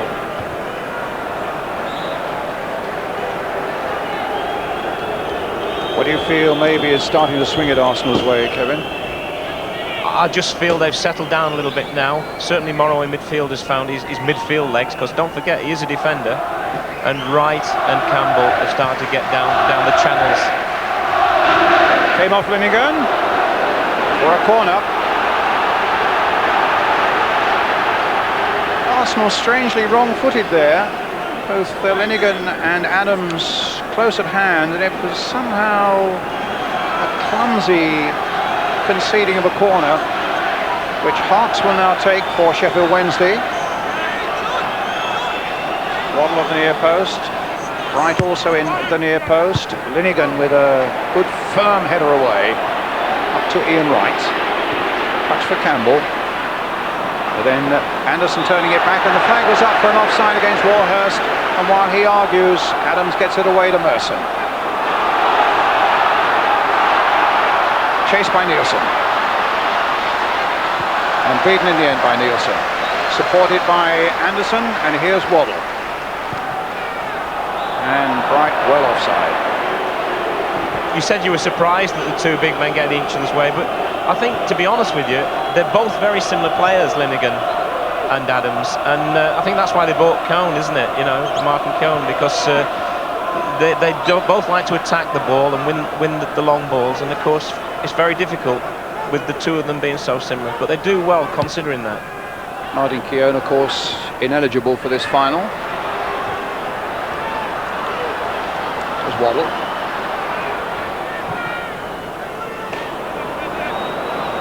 Adams with the header. finding O'Leary. Round of applause from the Arsenal fans for that.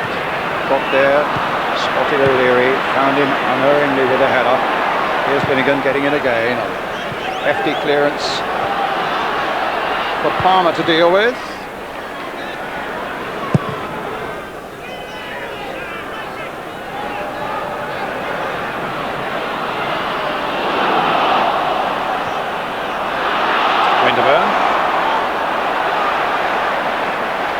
But Wilson.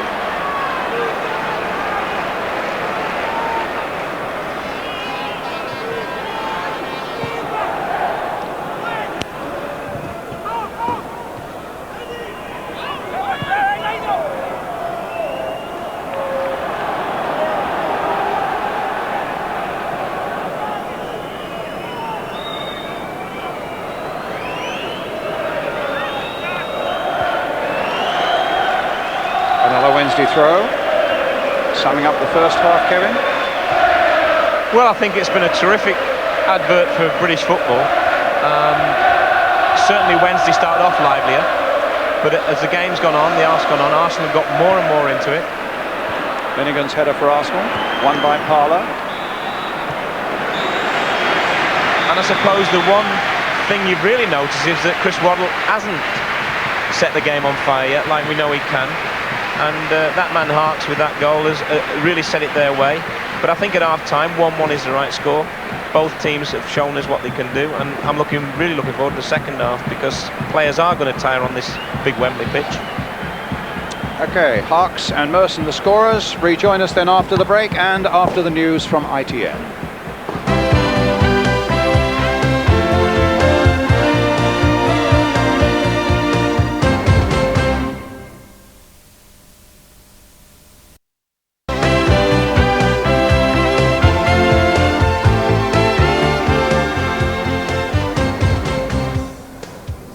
Welcome back to Wembley. That's the airship where all our spectacular pictures are coming from this afternoon. It's 1-1 here at Wembley between Arsenal and Sheffield Wednesday. And Jack Charlton with me. Jack, it's been a smashing first half. Very enjoyable football. Died a little bit towards the end at half-time. You know, we started to get a little bit of a stalemate. Maybe we were tired a little bit. It cooled down a little bit there, but we had good running and good play up to that time. Well, we had a very, very good start to the game with Sheffield Wednesday taking the lead with John Harks. I couldn't believe the goal, actually. It was one of those, a free kick, and John Sheridan just looks down and pulls the ball back to a player coming down the edge of the wall. There's no Arsenal player there at all. The ball that's played across should have been knocked in the first place, but Harks coming in here struck it beautifully into the net. But I mean, to allow a player to come in an overlap down the edge of a wall like that, you don't have to practice it. No. If he's there, do it. And John's a bright lad, and he saw him going, and he played him a beautiful ball. Well, here's the same goal, Jack, and this is a different angle. This is from upstairs in the old. See the way John's cut the ball back instead of going for the shot. Free player in behind the wall. You can't have that. That sort of event, and a shot like that will happen a lot if you get into that situation. Defenders hate balls like that. Now here's the Arsenal equaliser, Jack. This was probably the first one that Sheffield Wednesday hadn't cleared properly. The ball wasn't cleared, went to Merson, had a bit of a dip at it, caught it off the outside of his foot, and the swerved away from him. A terrific shot by Merson. Yeah, actually, I think we first of all thought that had got a deflection, but as you can see, I don't think it touched anybody at all. I don't think it did. I don't think it did. But it was a little chip. Sheffield had cleared all of those up to then, and then whopped them away. Well, Gary Newborn is down there in the touchline talking to Trevor Francis. Gary? Trevor, what's been the verdict so far in the Sheffield Wednesday dressing room? Well, from an attacking point of view, I think we're quite pleased. We scored, created chances, missed one or two. I'm disappointed from us defensively. We've got to head the ball a lot more than what we've done in the first half. It's been an excellent game. I mean, there are obviously going to be some more goals in this game. Well, there's plenty of chances. I think when you've got players on view like Warhurst, Bright, Merson, Wright and Campbell, you're sure to get goals.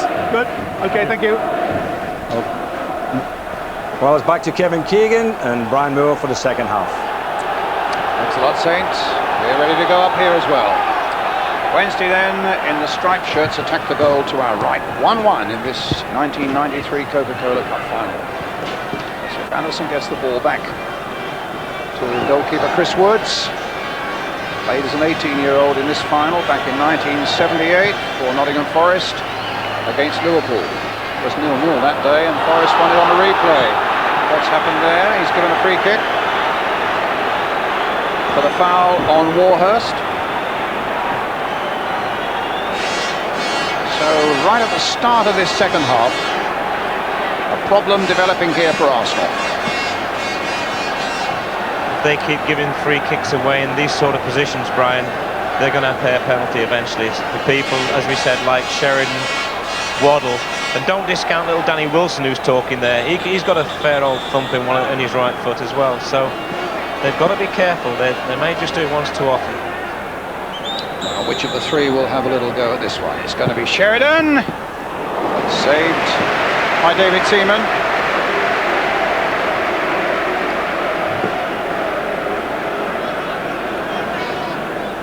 I don't think you're going to beat a keeper of Seaman's class without a little bit more deception over the ball.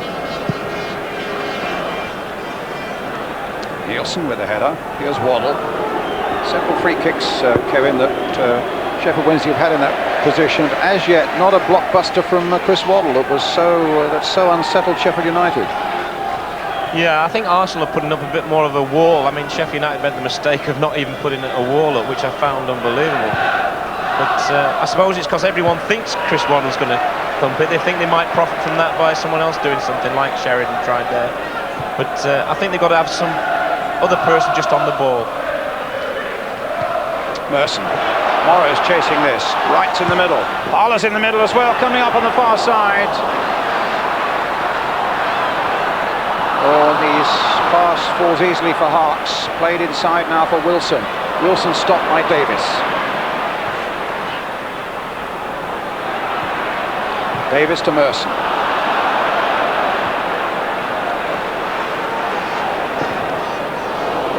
Linnigan.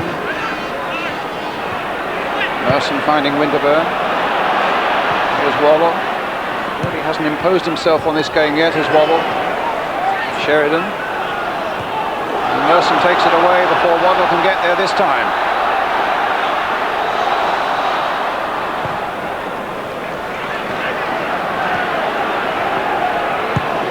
Adams. Davis. Campbell chasing. And Woods and Nielsen needing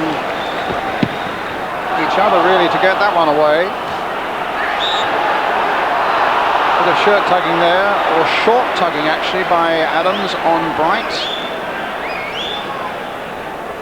I think Adams has won a lot of people over in this country. I think when he first came on the scene as a brilliant 18-year-old, a lot of people had a look at him and thought, no, he's not going to last the pace, but he's proved an awful lot of people wrong. I'm delighted for him. And away goes Parler. He got the better of King there.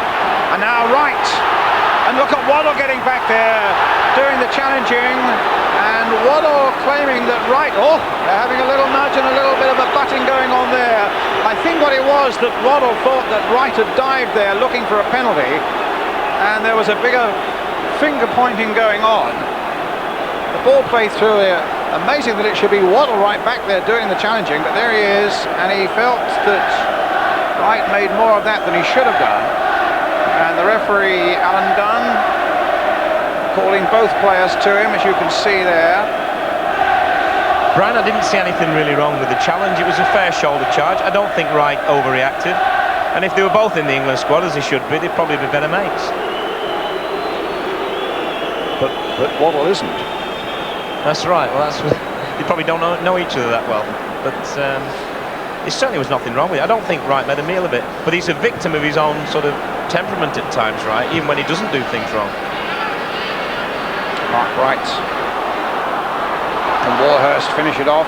Oh, there was some good defending there by Winterburn.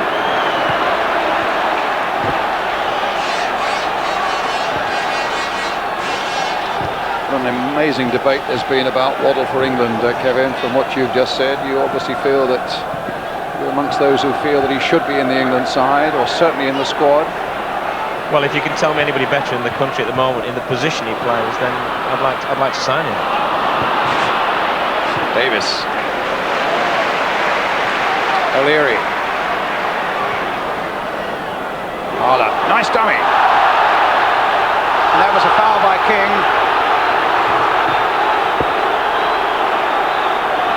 I hope it doesn't spill over this match. There seems an awful lot of animosity between certain players, and yet it's not been what I would call a hard physical game. It's been a good game of football.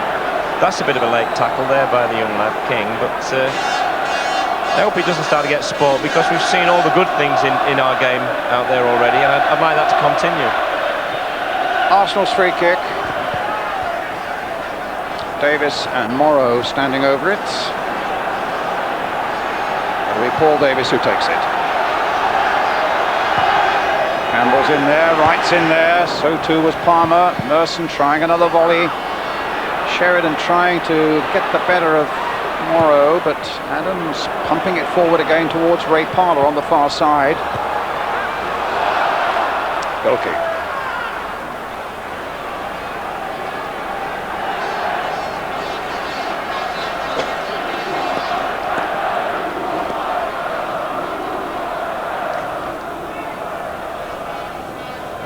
Woods with the goal kick.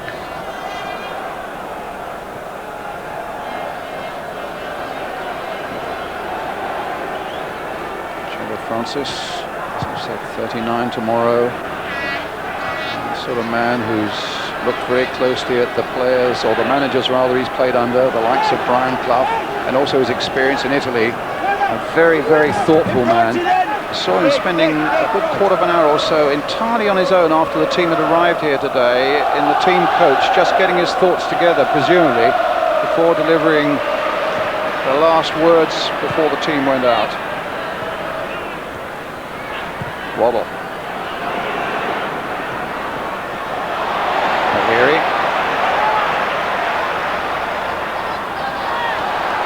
O'Leary's done absolutely nothing wrong at right back, has he? I mean, all these thoughts in your mind, the pictures you paint of Waddle getting over that side and causing him problems in the wide open spaces of Wembley. So far, with almost 10 minutes a second half gone, whatever, he's never been troubled, has he? His experience has won the day so far for him. It's just that doubt whether he was caught out by that free kick that led to the Wednesday goal, Kevin. Yeah, but I would more or less say that was due to, on the end of the wall, I think you had Parlour, and really it's that man's job to take anybody running down that side. I don't think you could blame him for that. It'd be very harsh. Well, he's on a free transfer at the end of this season from Arsenal after 20 glorious years at Highbury. Merson. Right. And I know David feels that he's got a couple of good years left in him, and I'm sure there'll be no shortage of offers. He's got a testimonial game, I saw in the newspaper today, on May the 17th. After all those years at Highbury, I've heard it whispered that Manchester United might be the team that come there to play for him, so he deserves a bumper gate. There's no doubt about it, Brian. Testimonials were designed or invented or whatever they were for people like David O'Leary, who spent his whole life at one club. Sheridan. Winterburn gets it away. Here's Waddle. Finding Bright with this one. Cannoned off his knee. Parlour got it away. There's Palmer for Wednesday. Morrow chesting it down for Arsenal. Hitting it forward again. Wright looking for a yard or two of pace. Denied him by Viv Anderson. King's header. Waddle getting in. Challenged by Morrow. It was good advantage by the referee there, Brian. Unfortunately, they didn't gain any advantage from the next pass, but he let it go on, and I like to see that from referees. Wilson to Warhurst. Beaten by the strength of Tony Adams. Here's Merson for Arsenal. Cut out nicely that time by Viv Anderson. Now Harks. And the whistle had gone. I think the referee's done a terrific job so far, Brian. I mean, we're always looking at them and analysing them, and sometimes it's not always good things we say, but he's let the game flow at every chance. Prime example there, Chris Waddle right in front of him. He could have blown up. No, let it go. And he said at the start, I think, he lets the game flow. These are the referees I like to see. Woods with a long clearance for Sheffield Wednesday. Linnigan behind it. Very confident with a little header back there to his own goalkeeper, David Seaman, because Bright wasn't far away.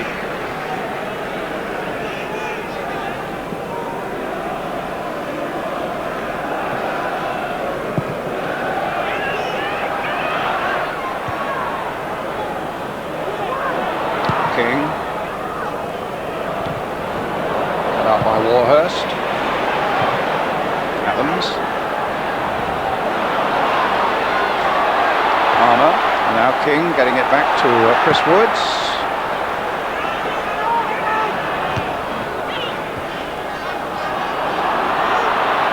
John Harks.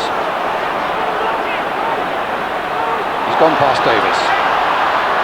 He's gone past Parler. But Benningham makes the clearance. Wilson. Anderson. Nielsen.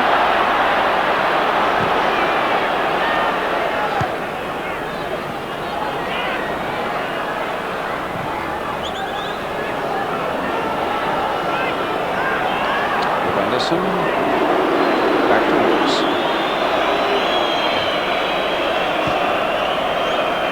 Forest, Arsenal, Manchester United. Viv made his first appearance in the league way back in 1974.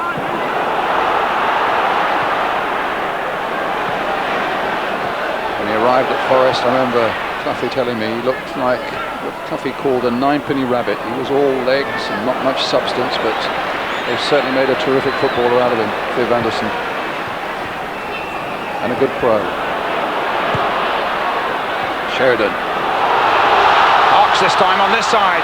Wright's closing in. It's a deep one. Warhurst won't get to it. King. Foul on the edge of the box. No. A good advantage play. Get on with it, said the referee. I wasn't fooled by that. But again, he plays an advantage. This time, Danny Wilson plays it deep. And it'll be a goal kick. And I think Paul Davis in trouble at the moment. That could well be cramp. And we've talked about it before the game. Paul Davis hasn't played that many games. And there's got to be a question mark a little bit against his fitness because he just hasn't had the matches in him. And the one thing Wembley will do, I can assure you, is it will tug at those muscles and it will start these little cramps off. And once you get them, honestly, it is like having a broken leg. I'm sure a lot of amateur players at home will tell you it's almost worse than having a broken leg. And that's you can see a massage in there now, and that's going to be one of the question marks. He'll do very, very well to last 90 minutes in a game that's been at this pace on a pitch like Wembley. Big Alan Smith warming up. Ian Selly, the other substitute for Arsenal, warming up, a midfielder. I suppose if Davis were to go off, Selly is the man most likely to replace him, but that's a decision for George Graham. Manager at Arsenal since 1986, and in fact his first triumph for Arsenal was in this competition when they beat Liverpool in 1987. Since then, of course, 2 glorious league championships to go with that success.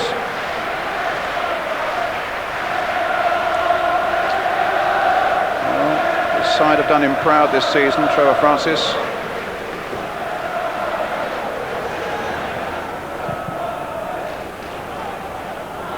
Merson, a little touch. Waddle. Adams. Viv Anderson in a bit of trouble now. Yeah, Ian Wright just did the challenge there. Don't think there's anything wrong in it, but certainly there's some blood around, I think. So Sheffield Wednesday's physio, Alan Smith, is on and looks to be bleeding quite badly. And the referee having a word actually with Ian Wright at the moment. But you felt that it was just one of those things. I just saw the tail end of it. I mean, I think the referee spotted something, and as you say, Brian, he had a word with Wright. And these are sort of little incidents that surround Wright all the time. And there's something that, you know, I talk to my players at the club about. When you start getting involved in that, it takes something away from your game a little bit.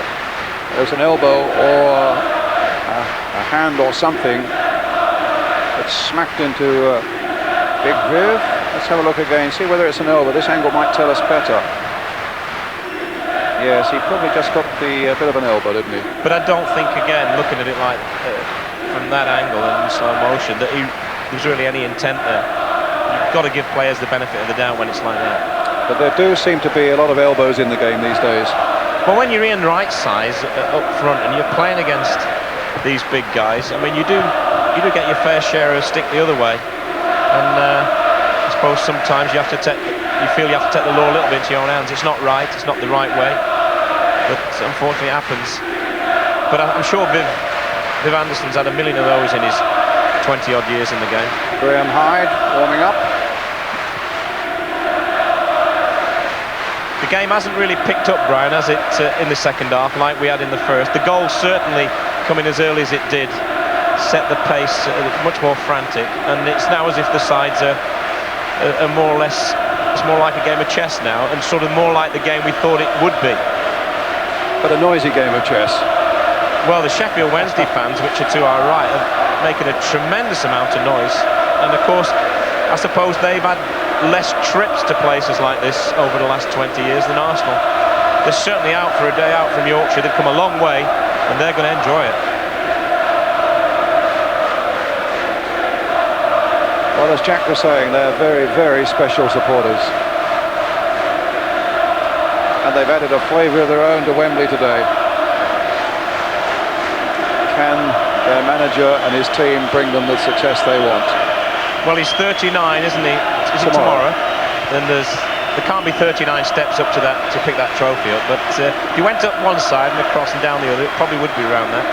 That's what he's dreaming of. And the manager that loses today, of course, he's faced with a problem that they could end up with absolutely nothing, having played in both cup finals, and that's a little bit of a frightening thought. Well, Viv is patched up. The game goes on. It's still 1-1.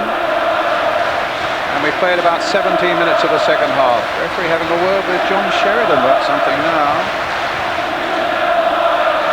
It's all ended fairly amicably. Roland Nielsen of Sweden with the throw for Sheffield Wednesday, finding Chris Waddle. Nielsen's ball again. Palmer. Oh, losing out badly to right. Oh, what's happening out there? King lifting it forwards. Marks on the far side. Arsenal's throw. That was sort of typical of the way this second half started, Brian. Both players tripping over the ball. No one's quite got it going since half-time came at a bad time for both sides by the looks of it.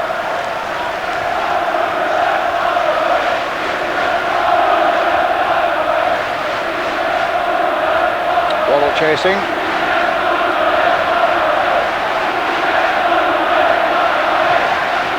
Oh, a lovely ball with the outside of the boot, delivered almost to perfection there for Nielsen, who knew just what to expect. Had played an excellent run for him.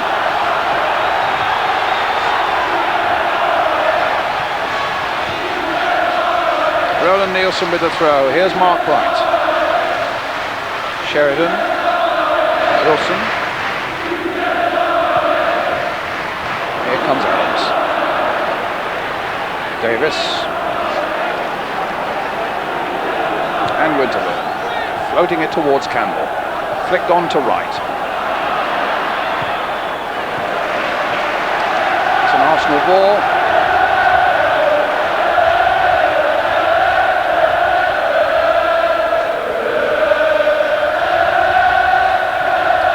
Merson to Adams.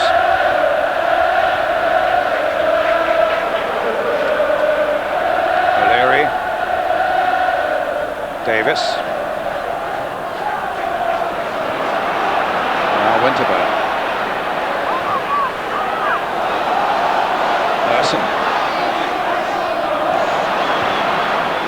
Taken away by Wilson. Finds Warhurst. A little touch releases Sheridan. Another ball by him might just release Bright. Trying to cut inside Linnigan, but Linnigan stood his ground well, chose his moment to perfection, and then found Paul Davis. And here's Merson again for Arsenal. The game picking up a little bit now as Merson makes another of these surging runs. Stopped that time by Carlton Palmer. Waddle.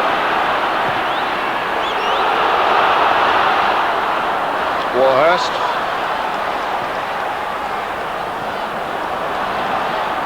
Sheridan. Arks, who we think might be taken off in a moment. Hyde is warming up. Palmer.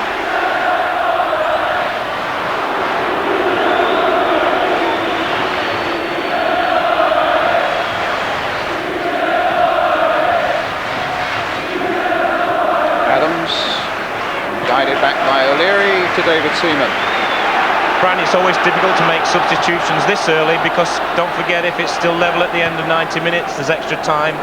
A lot of people are going to get tired. We've already seen Davis, who's on the ball now, get cramped. And it's a difficult one to make. You just got to take a little insurance policy sometimes, saying wait another 5 minutes.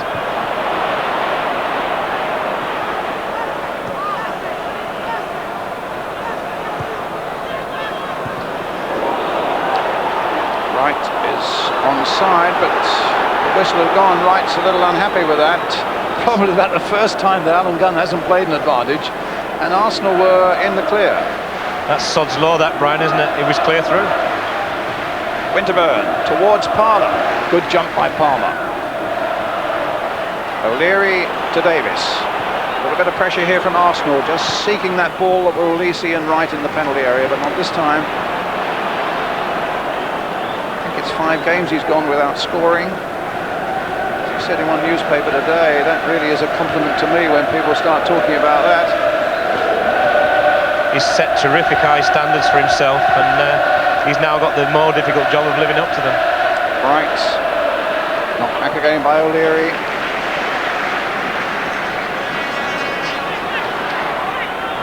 I think he scored something like 52 goals in 74 games for Arsenal. It's an amazing strike rate for Ian Wright, but here's Davis finding Ray Parlour on the far side. Wright is lurking in the middle.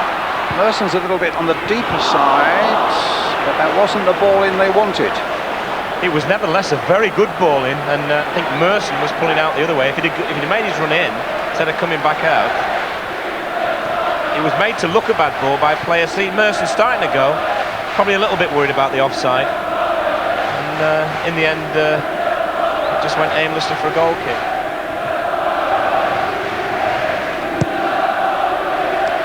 67 minutes gone, 1-1 the score. Certain amount of injury time, quite a bit of it I would have thought. Oh, a mistake there by Danny Wilson. It's Campbell through. He's saved by Nielsen, but Nielsen's ball in the end goes to Merson. He's gone past Anderson. What sort of cross can he put in? There's a goal for Arsenal by Morrow. Bad mistake by Sheffield Wednesday, punished to the full by Arsenal. Well, that's where Carlton Palmer shows he looks like a midfield player here, because all he's got to do is get this ball away. What he's trying to pull it down for there, I just don't know. And they've played the absolute maximum penalty. And he'll watch this in horror, will Carlton Palmer. Great run from Merson, terrific cross, but it should have been cleared there. And there's Morrow in to finish it off. Very easy chance in the end. But he took it well. Boy from Belfast. And now Wednesday, having been in front, need to repair that damage.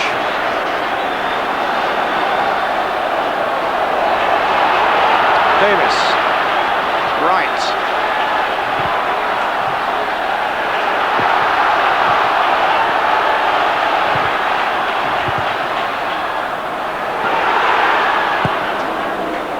Woods gets it away.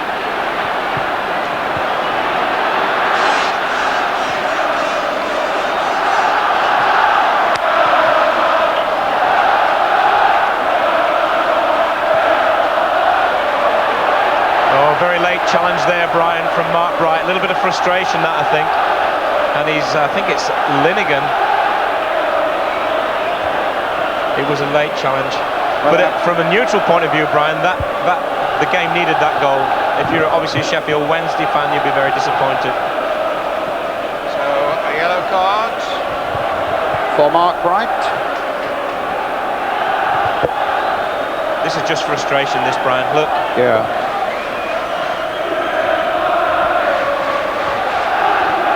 And Linnigan's still in trouble.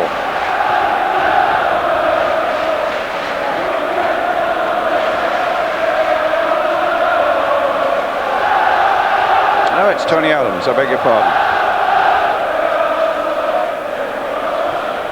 That's one of the big problems for commentators now, Brian. You can't get away with it anymore. If you make a mistake, it's there on the back of the shirt. I thought it was Linnigan. They do look alike, to be fair. They're both similar size, similar build. Let's have a look at the goal again. Here's Carlton Palmer's mistake. Yeah, Morrow reacted very, very quickly, especially bearing in mind that he is a defender. But it's a great cross from Merson, but there's nobody in there on it at all. And as I said before, that is really a midfield player playing at the back. And look at that statistic there. His first goal for Arsenal, and choosing a Wembley appearance to make it. I suppose looking at him there, you would say he's a George Graham lookalike. He looks very much like George Graham there. And he's gradually found his way into the game, playing in a position that's foreign to him, and he's capped it off with a goal. It could be a very decisive one. Right. Here's Campbell. Right, no, stopped that time by Anderson. Fowler. Davis.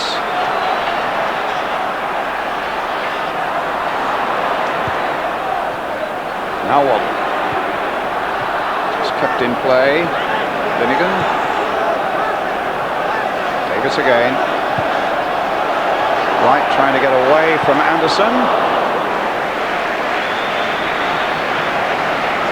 And now Nielsen.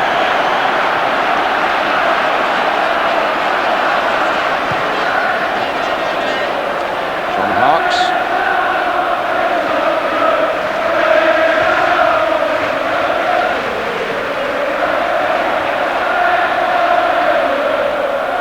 Again, taking it from Nielsen. Right.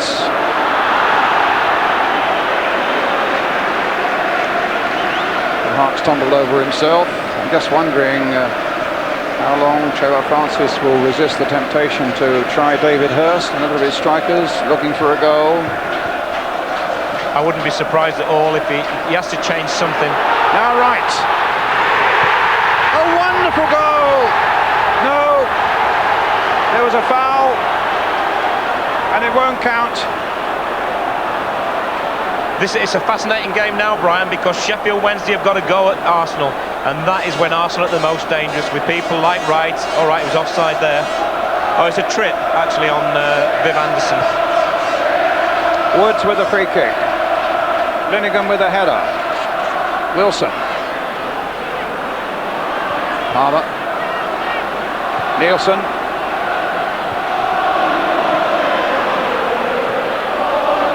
Kept in play by Merson, and indeed there is some movement on the bench. It looks as though David Hurst might be coming on very shortly for Wednesday, and it might well be Danny Wilson who goes off. Foul on Warhurst. Free kick to Wednesday.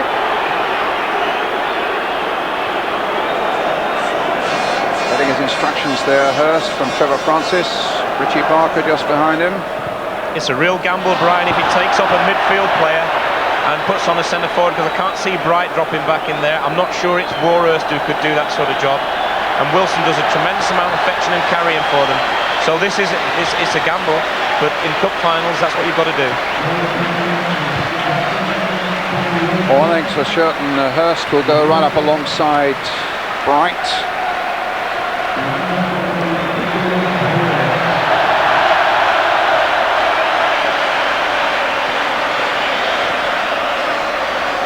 Now, is he the man to save it for Wednesday?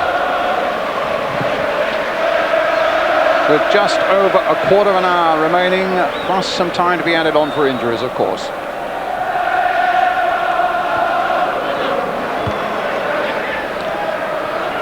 Right, Waddle. Oh, goodness, if this is the moment for Waddle to show us what he's made of. Good catch by Seaman.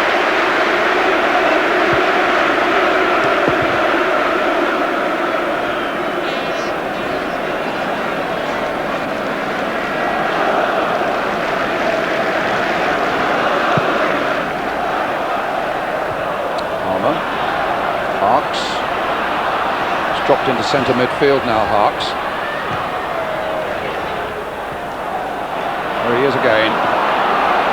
Popped it wide, gone on a run himself. Nielsen in possession for Wednesday. Plenty of blue and white shirts up now, but also plenty of red ones back.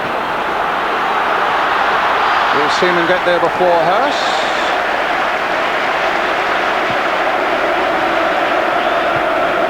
Good little fitness test for Hurst there, going in with a goalkeeper. It's always a good test for a player, that, because they don't pull out. What a tremendous man to bring on as a substitute. He is very direct and a very, very excited player, as everyone knows, and he could just pull this one out the bag for Wednesday. I was going to say, a snatcher of very important goals too. Davis to Winterburn. Remember, a place in the UEFA Cup final next season, not only the honour and glory here today, but a very profitable opportunity in one of the major European competitions goes to the winners. With Arsenal leading by 2-1. Davis caught out badly there by Bright. Finds Hurst. Hurst trying to bring Warhurst into the game. Apart from the first 15 minutes, Brian, the most disappointing part of Sheffield Wednesday's game has been the final ball in the last third. It's found so many times the Arsenal player and not the player it was intended for in a blue and white striped shirt, and they've got to work on that if they're going to cause Arsenal problems in these last 12 minutes. Here's King. Up to Harks.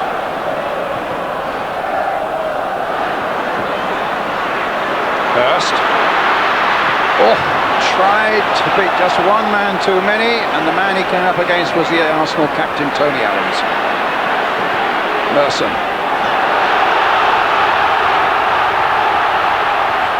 Yeah, all the players now, Brian, starting to look a little bit more tired. This pitch does take it out of you, I can assure you of that. And I think we're in for a storm in the last 10 minutes or so. Here's Waddle. And now King. Waddle's ball again flighted beautifully. Another free kick conceded by Parlour. They will regret one of these, Arsenal. That was more like assault and battery, that one, and there was no real need because I don't think he was going anywhere. But I think this is something like the 8th or 9th free kick in these sort of areas, which you call the danger areas. And I'm sure at some stage they're going to get a chance from one. So King gets treatment.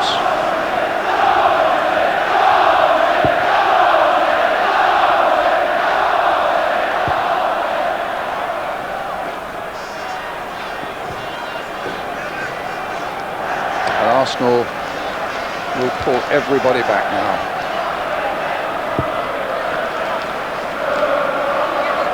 They've lost more matches in this one season. I think it's 14 in the Premier League, Arsenal, than they lost in the previous 2. 8 last season, only 1 the season before that.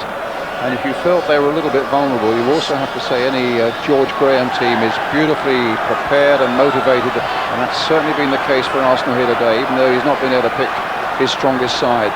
But here's a little pressure point for them. Superbly flighted free kick, that one, Brian, from Sheridan. And a great chance for Palmer to redeem himself. It was his mistake that led tomorrow's goal. Here he is, you can see him making his move.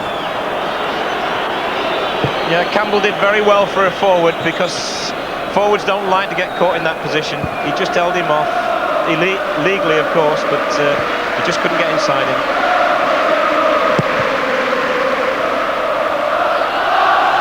Dave Anderson with the header. Up goes Mark Bright, beaten by Adams. Nielsen. Back to Woods. We talk about Arsenal and the lack of goals in the Championship. Must also remember, apart from Manchester United, they've got the best defensive record, Brian, so they don't give many away. Here's Hurst. King. Hurst. Sheridan. Anderson coming forward. Nielsen. And again Nielsen. Finding Warhurst. And now King. Buzzing around that Arsenal penalty area now. The cross from Harks came off O'Leary. Another Wednesday corner. 10 minutes remaining. Arsenal leading by 2-1.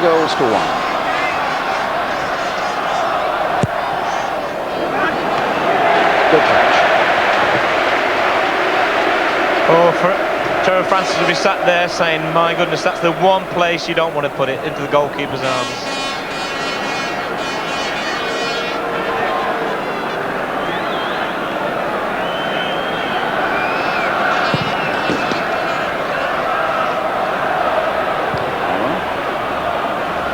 Now Fowler is right.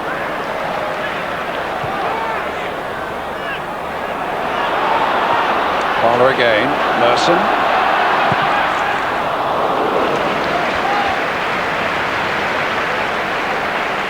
And I think the press assembled here today choose the man of the match for the Alan Hardacre Trophy. Former Secretary of the Football League, of course, the late Alan Hardacre. So you don't have that job today, Kevin, but I would have thought Merson must be very much in their minds. Well, I'm really glad I haven't got the job, Brian, because I don't think anyone's been really outstanding. But there's 3 or 4 in the Arsenal side and a couple in the Sheffield Wednesday side who have done very well. Here's Wright, trying to get in behind Anderson.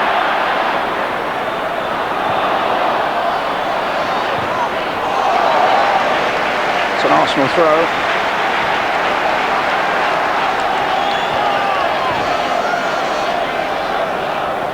Davis.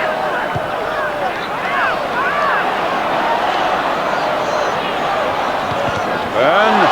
Conwell took a little ricochet there, but the shot was a simple one for Woods. He looked like a winger until he got into the final, most difficult part, which is a cross, and then he looked like a fullback again.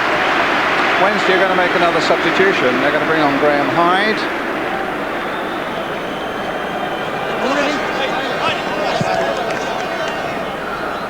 Not yet sure who they're taking off. I believe it might be Phil King, number 16 it is.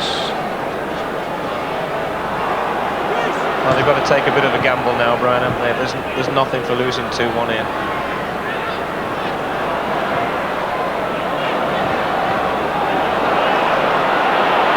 Davis. Winterburn, Campbell.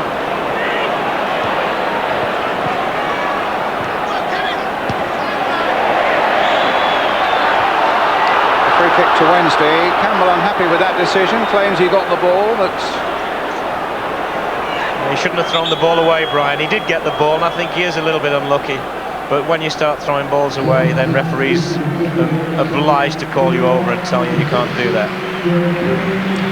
He's a tolerant man, is Alan Gunn, and I must say he's refereed, as you say, in a very adult way, and has certainly helped this game here this afternoon. They're so important, Brian. People talk about players, and of course it's all about players, but if the referee doesn't let it flow, then it's a difficult game. Well, he wants to get it flowing now, but Arsenal are worried that Paul Davis has had another attack of the cramp.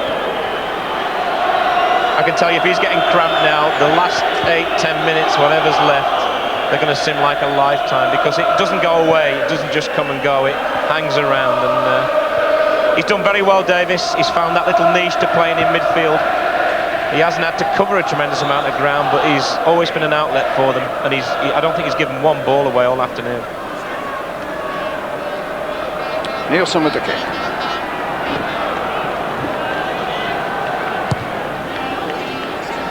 So towards Hurst. Gets it above the wall. Right in there too. Fowler getting it away for Arsenal.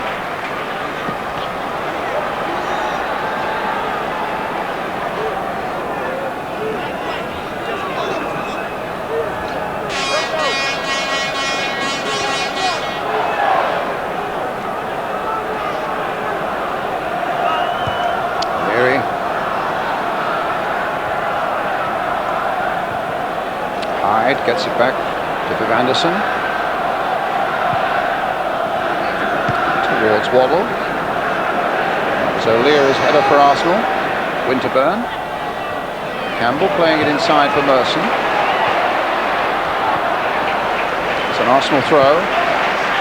We're inside the last 5 minutes now with time to be added on.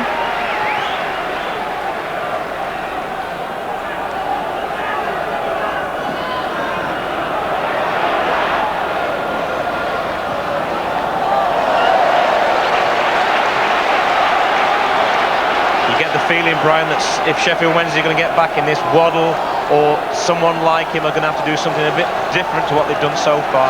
It's all been pretty predictable the second half, what they've thrown in at the Arsenal defence. And with the players they've got of their experience, especially Adams and O'Leary in particular, they're not going to beat these with just basic stuff. They're going to have to just find another way through. I think that the headlines that have been surrounding Chris Waddle over the last week or so, and Ian Wright also.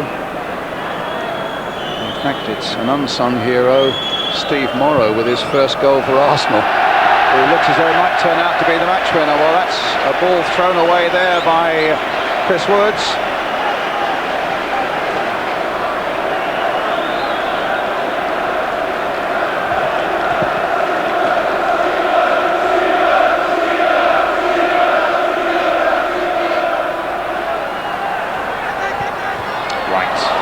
Good header back there to Parlour. No foul. Referee could not have been better placed. Sheridan.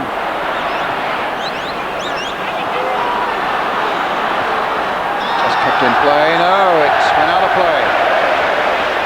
Park's unhappy with that decision. Time now rapidly running out for Sheffield Wednesday. Started so brightly, went ahead with the goal by John Harkes. Now he's thrown the ball away. He would probably claim he was throwing it towards David O'Leary, but his aim was way out. I think it's fair to say David O'Leary didn't dive to try and stop it either. He just said, oh, if you want to throw it there, we're in front. That's right. It's you who want every second. O'Leary's throw up to Kevin Campbell. Hyde. Knocked back. Woods. Brian, Wednesday have just not picked it up in the second half. That 15-minute break was probably 5 minutes too long for them, and they've just come out and the touch hasn't been there, the fluency's gone, and balls have been given away far too easily. And that's been the difference between the first half performance and this one. And the seconds all the while are ticking away, to the frustration and the irritation of the bench. Yeah, I think he's sort of saying you've got to get up there, we've got to take a gamble, we might as well lose 3-1 as 2-1. There's no goal difference in these games. And away goes Wright. The flag stays down. But just as he was lining up another of those long-range shots, in came Viv Anderson. Read his mind. I think he's been their best player. If I was to pick a player on each side, certainly Viv Anderson. He's been terrific in everything he's done. He's worked hard, he's marshalling them well, he's still talking to them now. He's telling them they can still win it. And he's 36 years of age. He's a great example for any young pros watching. He's given blood in literally every sense today. Corner played short. Campbell crossing it in towards Wright on the far side. Got a bit of support from Andy Linnigan.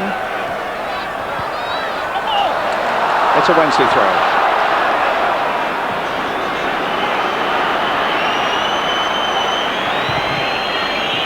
We're now in the last minute. And Wednesday still snatch it. Shoving it forward towards Hurst. But Merson brings it away for Arsenal. Campbell, but Anderson is chasing him. Campbell might get the better of him this time. No, I spoke too soon again. Viv Anderson there, the master of defence, gets it away once more. Sheridan with the long ball. Hurst has got his head down and chasing. Linnigan's in there as well. Only half cleared that time. Warhurst is in there, tries one on the turn. Both Bright and Hurst were up on the far side of the area. And in the end, it wasn't a shot really that troubled David Seaman.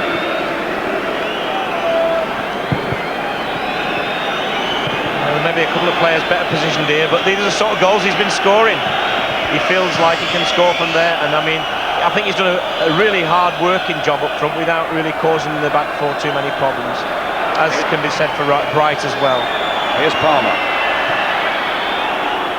They're now playing time added on, and I've no doubt that Alan Gunn will add a bit of time on. There was a long stoppage for Viv Anderson, his head injury. And also a couple of stoppages for Paul Davis's cramp.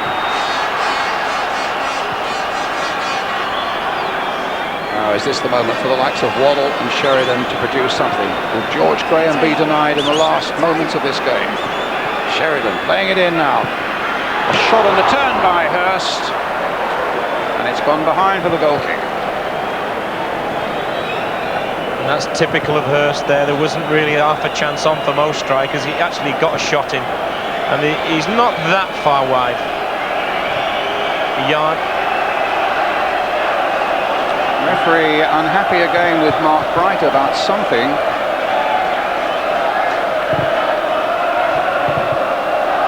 And the last thing Sheffield Wednesday want is to have their minds deflected at the moment with arguing with the referee. And by the look of it, Alan Gunn is not terribly happy with what Mark Bright has been saying to him. The one thing that Wednesday have got to do now, surely, is get on with the game. A shake of the hands between Bright and O'Leary, and the game goes on. He seems like the sort of referee, let the game play on, but he won't let players abuse him, and I think he's quite right. Let's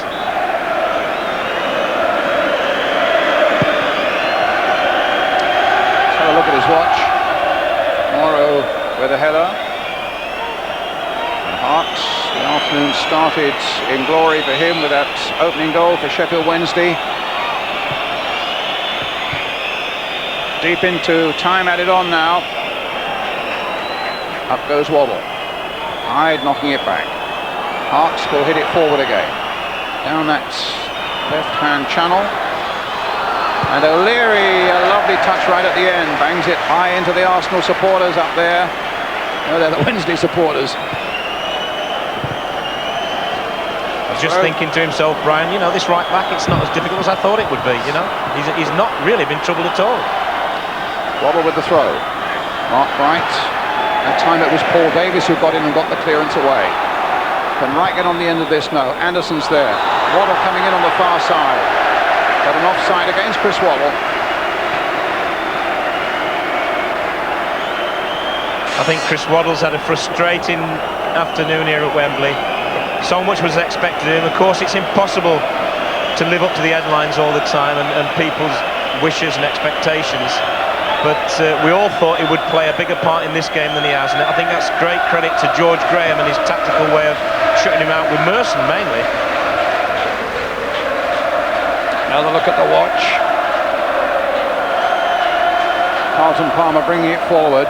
Oh, Waddle won't get to that. O'Leary will, and plays it like an old pro that he is, away to an area where it's going to take up a few more seconds. Chris Woods will hammer it down towards that Arsenal half. Another look at the referee's watch. This time it's Nielsen. And now Sheridan, knocking it wide for Harks. Played in again for Waddle. Oh, when he wanted Harks to go, but there was an offside against Hyde, I think it was. And a free kick for Arsenal. That sums up Chris Waddle's afternoon. Nothing's quite come off for him. He's not had a bad game, he's just not got in it enough. And again there, I think he had every right to expect the young lad to go in and make that run, but it just didn't quite work, and they've been more missed than hit in this second half.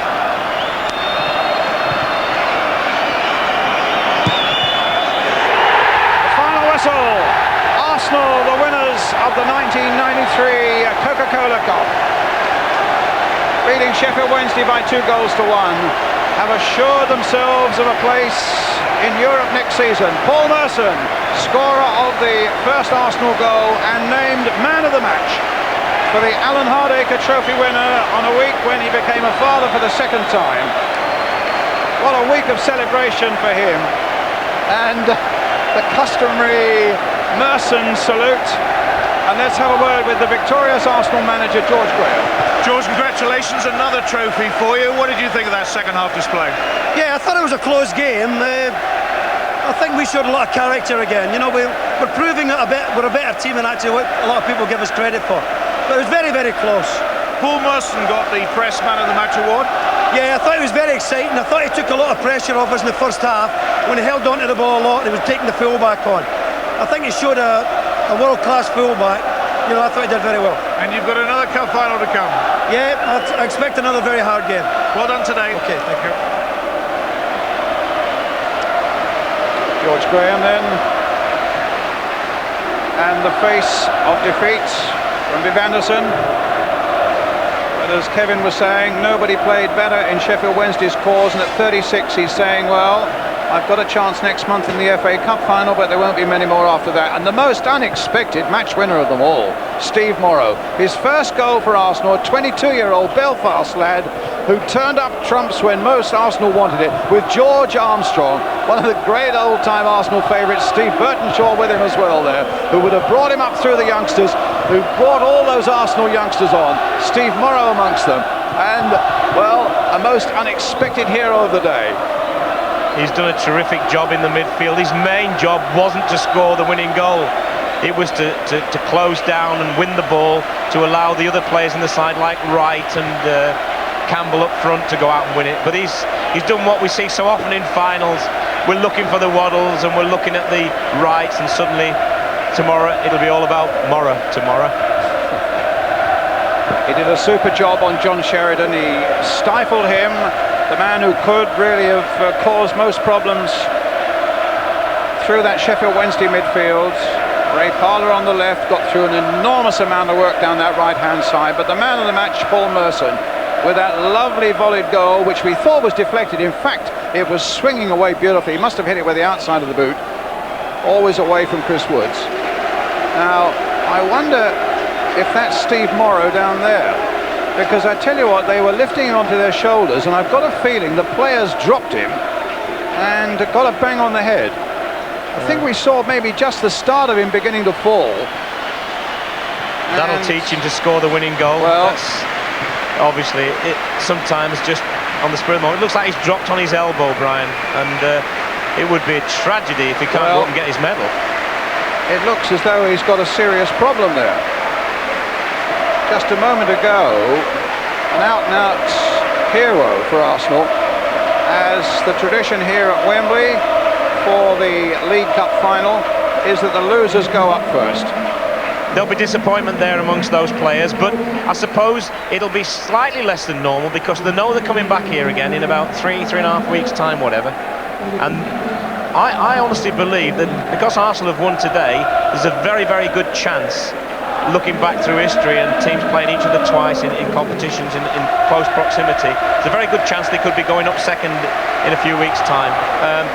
They've lost nothing in defeat. They haven't played as well as they can. If they go up second, they'll have lost it. In the FA Cup, the winners go up first, but I know what you mean. Got it wrong again, Brian. But they're given their all. Chris Waddle, I know, will be disappointed. Tommy Finney will know their feelings. If my memory serves me, he played in the '54 Cup final for Preston, and they got beaten by West Bromwich Albion that day.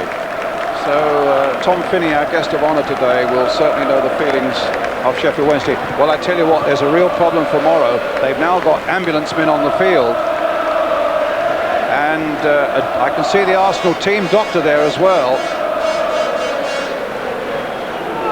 It's incredible, Brian, isn't it, in football? You can play 90 minutes in a game where there was no quarter given and no quarter asked, and then just by something as stupid as that, and I mean, there's no, obviously, badness intended from the players. Something like that could cost him a place in the cup final in a couple of weeks' time. He may not be able to go up and pick his medal up, and I find that unbelievable. It would be a tragedy. Well, I think they will need to get on. I don't think he's going to go up and get his medal. I think that's one thing that's almost for sure. There are too many worried people around him, the medical men and so on. And at the moment, the whole ritual of winners going up to get medals and cup is put on hold.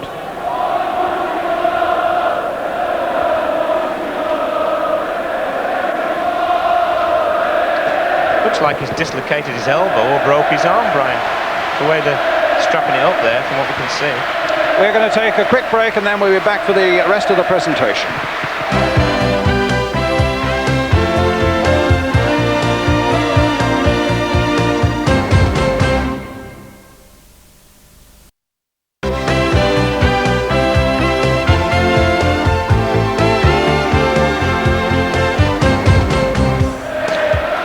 So Arsenal then go up to collect the winners' medals and the Coca-Cola Cup. An entry into Europe. Tony Adams has been through it all before. It's victory for Arsenal.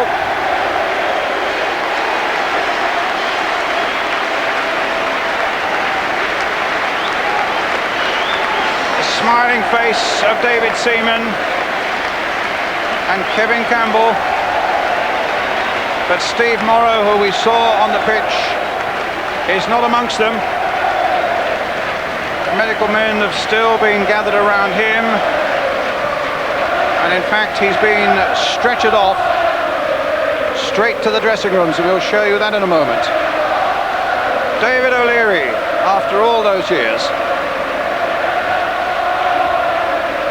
So let's just go down to the pitch then for the moment and find out from Gary Newbon what's happening down there. Well, they've rushed Morrow into the dressing room and put him on oxygen. He's in an absolute shocking state. He's shocked, in fact, is why they put the oxygen on him, and he's in absolute agony because he's broken either his shoulder or his right wrist. I think it's the elbow wrist area that's gone. They threw him up in the air in celebration, and they're stunned and obviously regretting it, and the lad doesn't really know what's going on. It's a tragic end to a wonderful day for him. Thank you, Gary. Well, Arsenal, I imagine their celebration slightly muted by what has happened to Steve Morrow.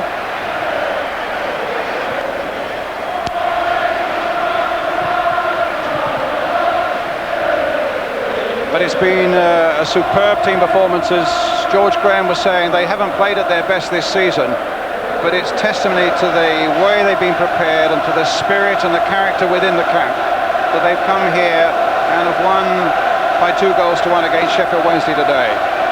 The joyous scenes there, but the one man missing, of course, is Steve Morrow, the man who scored the winning goal in that 2-1 victory. Let's take another short break.